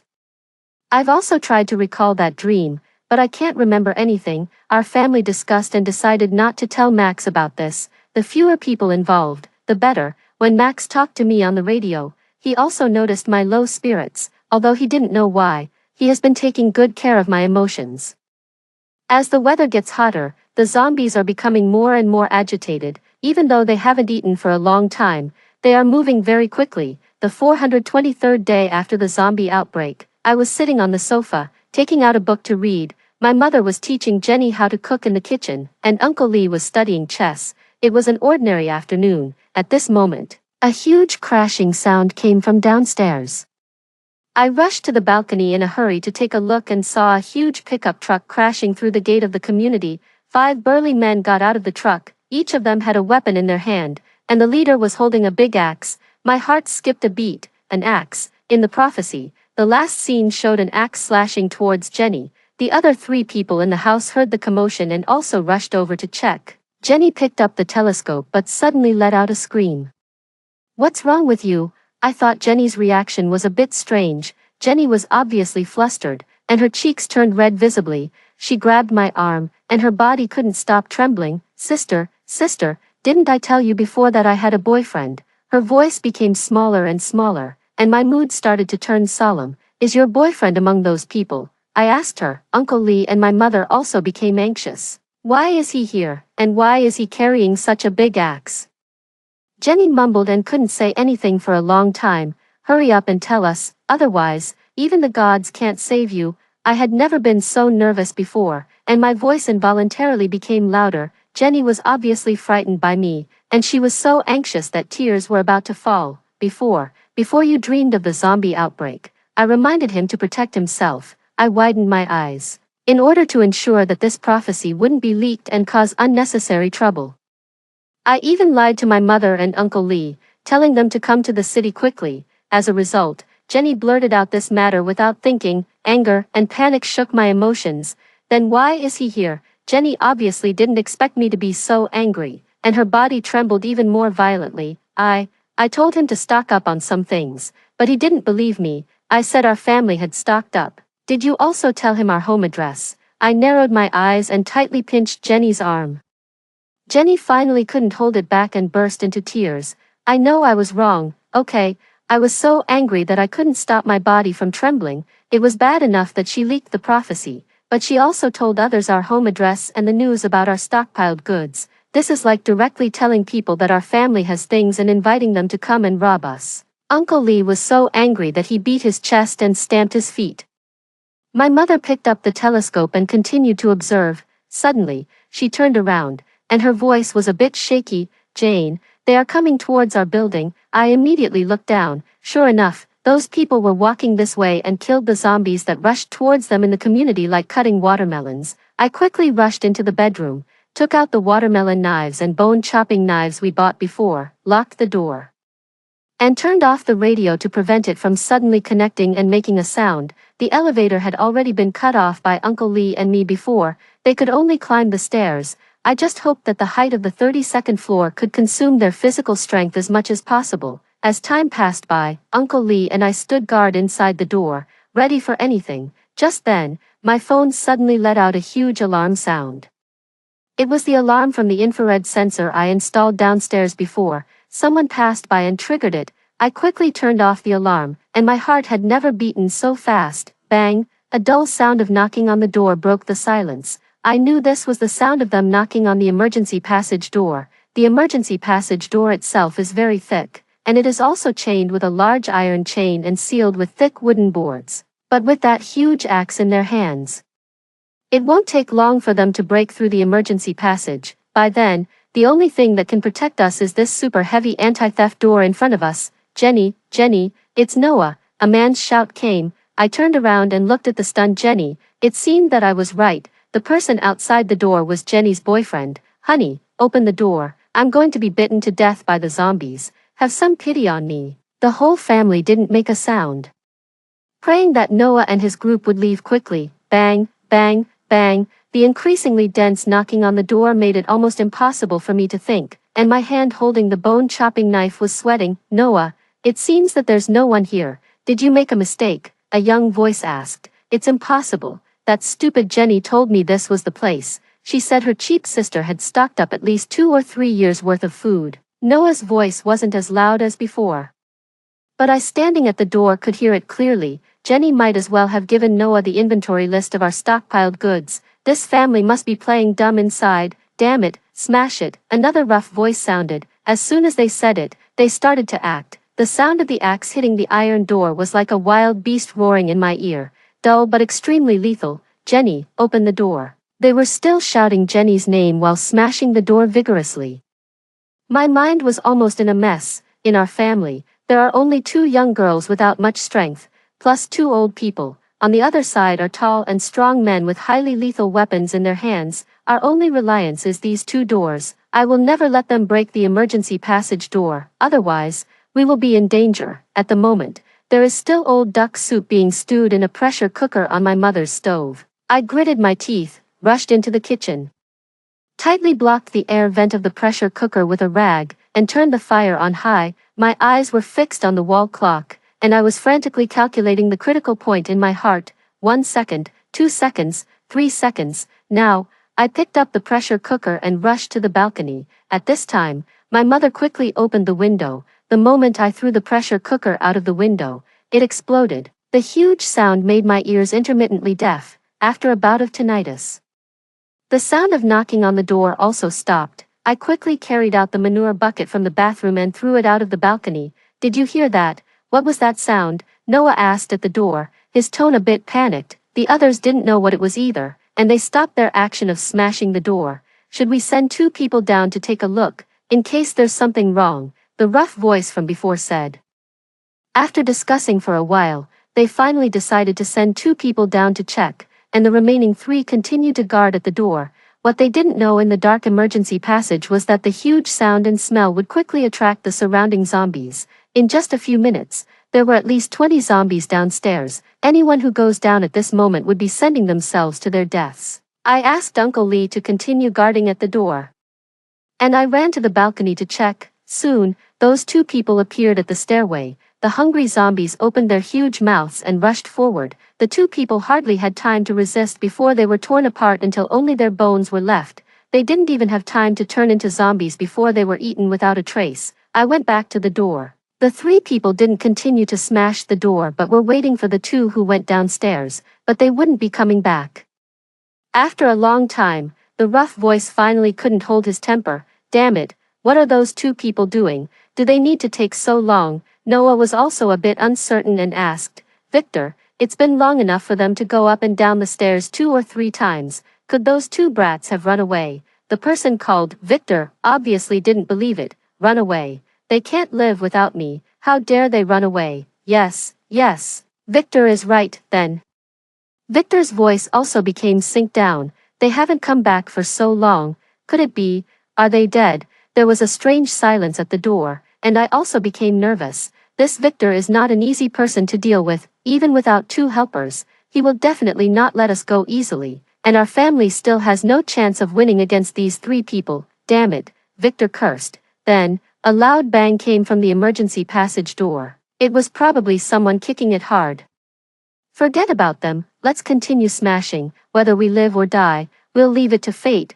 Victor howled in anger. Bang! A louder sound of smashing the door came. Each blow was like hitting my heart. I could hardly breathe, and sweat beads rolled down my forehead. These 3 people are too difficult to deal with. It's impossible to trick them downstairs with the same method as before, although the sound of smashing the door is very loud. After losing 2 labor forces, their speed has obviously slowed down, but I'm afraid that door won't hold up for much longer. My mother was holding a watermelon knife in her hand, but her hands were already trembling. Even Uncle Lee, who is usually so calm, was sweating profusely, and Jenny was shrinking in the corner, shivering. I really wanted to kick her out and let Noah and Victor deal with her. The sky slowly started to get dark, and the light in the room was obviously insufficient.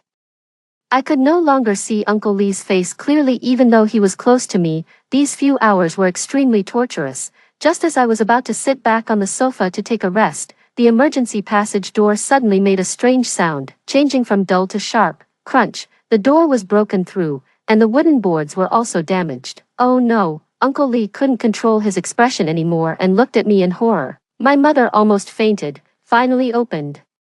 Noah shouted and ran to my door. Huh, such a new door. There must be someone inside. Victor, you were right. This family is indeed playing the coward inside. The door in front of me was being slapped frantically. Jenny, open the door for me right now. It was completely dark. Jenny pulled me aside. Sister, how about we open the door for them? This can't go on like this. When they come in, they will definitely just take a little food and leave, I sneered. Just take a little food and leave. Jenny, you're too naive. Did I stockpile so many things for you to eat just to make you so full that you can't even think properly? There were tears in Jenny's eyes, and she didn't argue with me as sharply as usual. This time, she really couldn't say anything. On Noah and Victor's side, since they couldn't knock the door open, they were going to smash it again, but after climbing the stairs, smashing the emergency passage door, and not having enough nutrition for a long time, they were already exhausted. The super heavy anti-theft door of my house was made when we were stockpiling goods. It definitely couldn't be smashed open in a short time. Sure enough, after trying for more than 10 minutes at the door, they finally couldn't stand it anymore and stopped smashing the door. It was already very dark, and they hadn't had dinner. Soon, these people discussed at the door and decided to go back to the car to rest and continue smashing the door tomorrow. Hearing these people walking away one after another, I let out a sigh of relief. I went to the balcony to check and saw that it was indeed 3 people who went downstairs. The zombies that came here after hearing the sound had scattered a bit. There weren't many zombies downstairs. These 3 people also found the bodies of their companions, after dealing with a few zombies. They didn't clean up the bodies but walked straight towards the pickup truck. It seems that their relationship is also very fragile and can break easily. My mother's face turned pale with fright. She walked into the kitchen without saying a word, heated up some leftovers, and we ate them hastily. No one said anything. Tomorrow will be a tough battle. While eating, I was thinking about countermeasures. Jane, you're too tired today. Go and rest first. I'll keep watch during the first half of the night, Uncle Lee said, and then he looked at Jenny and was a bit disappointed with her. Jenny will keep watch during the second half of the night. You are the pillar of our family, and you need to rest well. I didn't refuse. I was too tired today and really didn't have the energy to keep watch at night anymore. I went back to my room and fell asleep as soon as I lay down. The 424th day after the zombie outbreak, in the middle of the night, I put my phone beside the bed and was sleeping soundly when the alarm suddenly rang. I woke up with a start and looked at the phone. It was the alarm from the infrared sensor. Could it be that Noah and the others came back? I didn't even have time to put on my clothes. I rushed to the living room but didn't see anyone. Strange, usually those who keep watch sit in the living room, right? After waiting for a few minutes, there was no sound outside the door either. The house was extremely quiet. It was 4 a.m., the second half of the night. I suddenly thought of something and checked both my room and Jenny's room.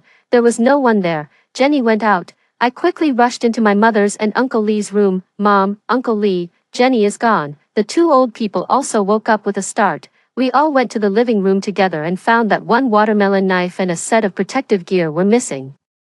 Jenny was very likely to have run out to find Noah. Oh, this damn Jenny is so worrying. Uncle Lee slapped his thigh, and tears fell from his eyes. I gritted my teeth. After all, Jenny is my stepsister, and I can't just ignore her. Mom, Uncle Lee, you stay at home. I'll go find her. I put on a full set of protective gear for myself, picked up the bone-chopping knife, took one last look at my mother and Uncle Lee, and opened the door and went out.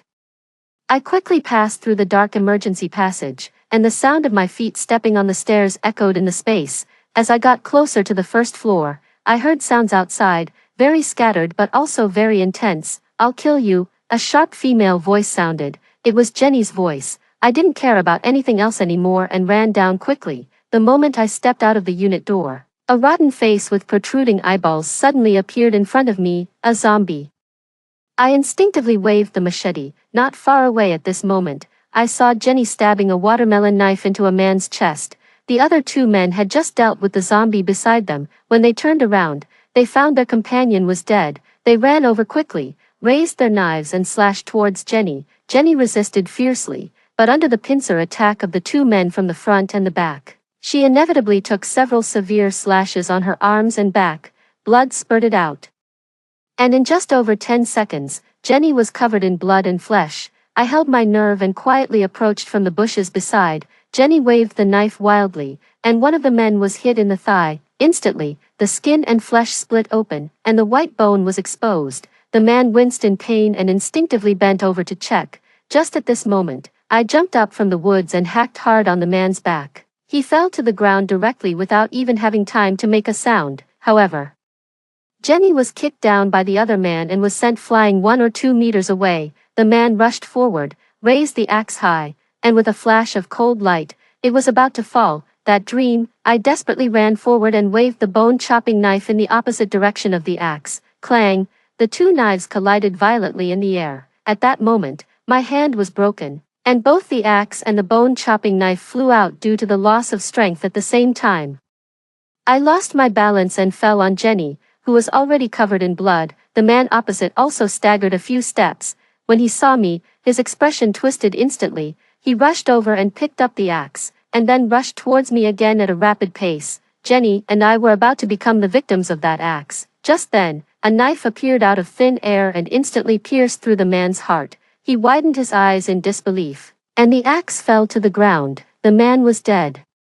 And his body fell down. Behind him holding the knife was a young man with a gentle face, but there was unexpectedly a look of determination on his face. I couldn't get in touch with you all day. When I heard the noise, I knew something was wrong with you, he said panting. This voice was Max's. My tears welled up instantly, and I stared blankly at Max. I didn't expect that when I met him for the first time, I was in such a mess. And my hand was broken too. He smiled at me and said, "This isn't the time to be in a daze. Look." Following his hand, I saw a large number of zombies that had come because they heard the noise. I forced myself to pick up the bone-chopping knife with my left hand and stood side by side with Max. "Let's get married after the zombies are eliminated," Max said. I pursed my lips and didn't say anything. We both rushed forward at the same time and fought against the enemy with all our might. We consumed a great deal of physical strength. There were too many zombies, and we also had to protect Jenny, who had lost consciousness. More and more zombies gathered. We dragged Jenny and fought while retreating, but this was approaching our limit. "We're going to die," I said as I slashed a zombie to death, and the slime splashed all over Max and me. "No, we won't," Max said firmly. The dark mass of zombies blocked the front. I rushed to the corner and closed my eyes, ready to wait for death. Just then, gunshots rang out. There was a continuous burst of gunfire, and large numbers of zombies fell in front of my eyes. The bullets whistled past my ears. In the distance, a large group of people in camouflage uniforms were approaching with their guns raised. The zombies quickly lost their resistance. I watched as the last zombie finally fell to the ground and let out a long sigh of relief. Several soldiers ran over and saluted me. "Hello, you weren't bitten by the zombies just now, were you?"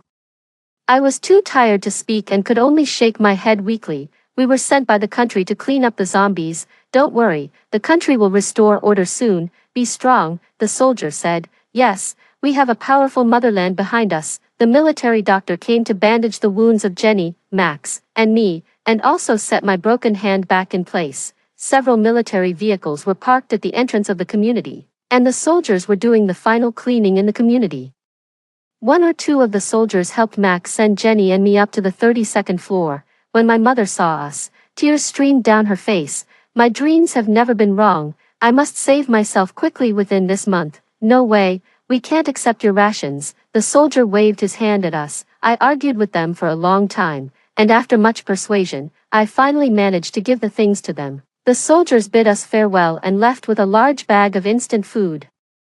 Max couldn't stay for long as he also had his parents at home. I walked him to the door, took a deep look at his face for the last time, and said, "Okay." Max looked at me in confusion. "What's okay? Let's get married after the zombies are eliminated." Max smiled, and the corners of his eyes curved. "Okay." I closed the door and walked to the balcony.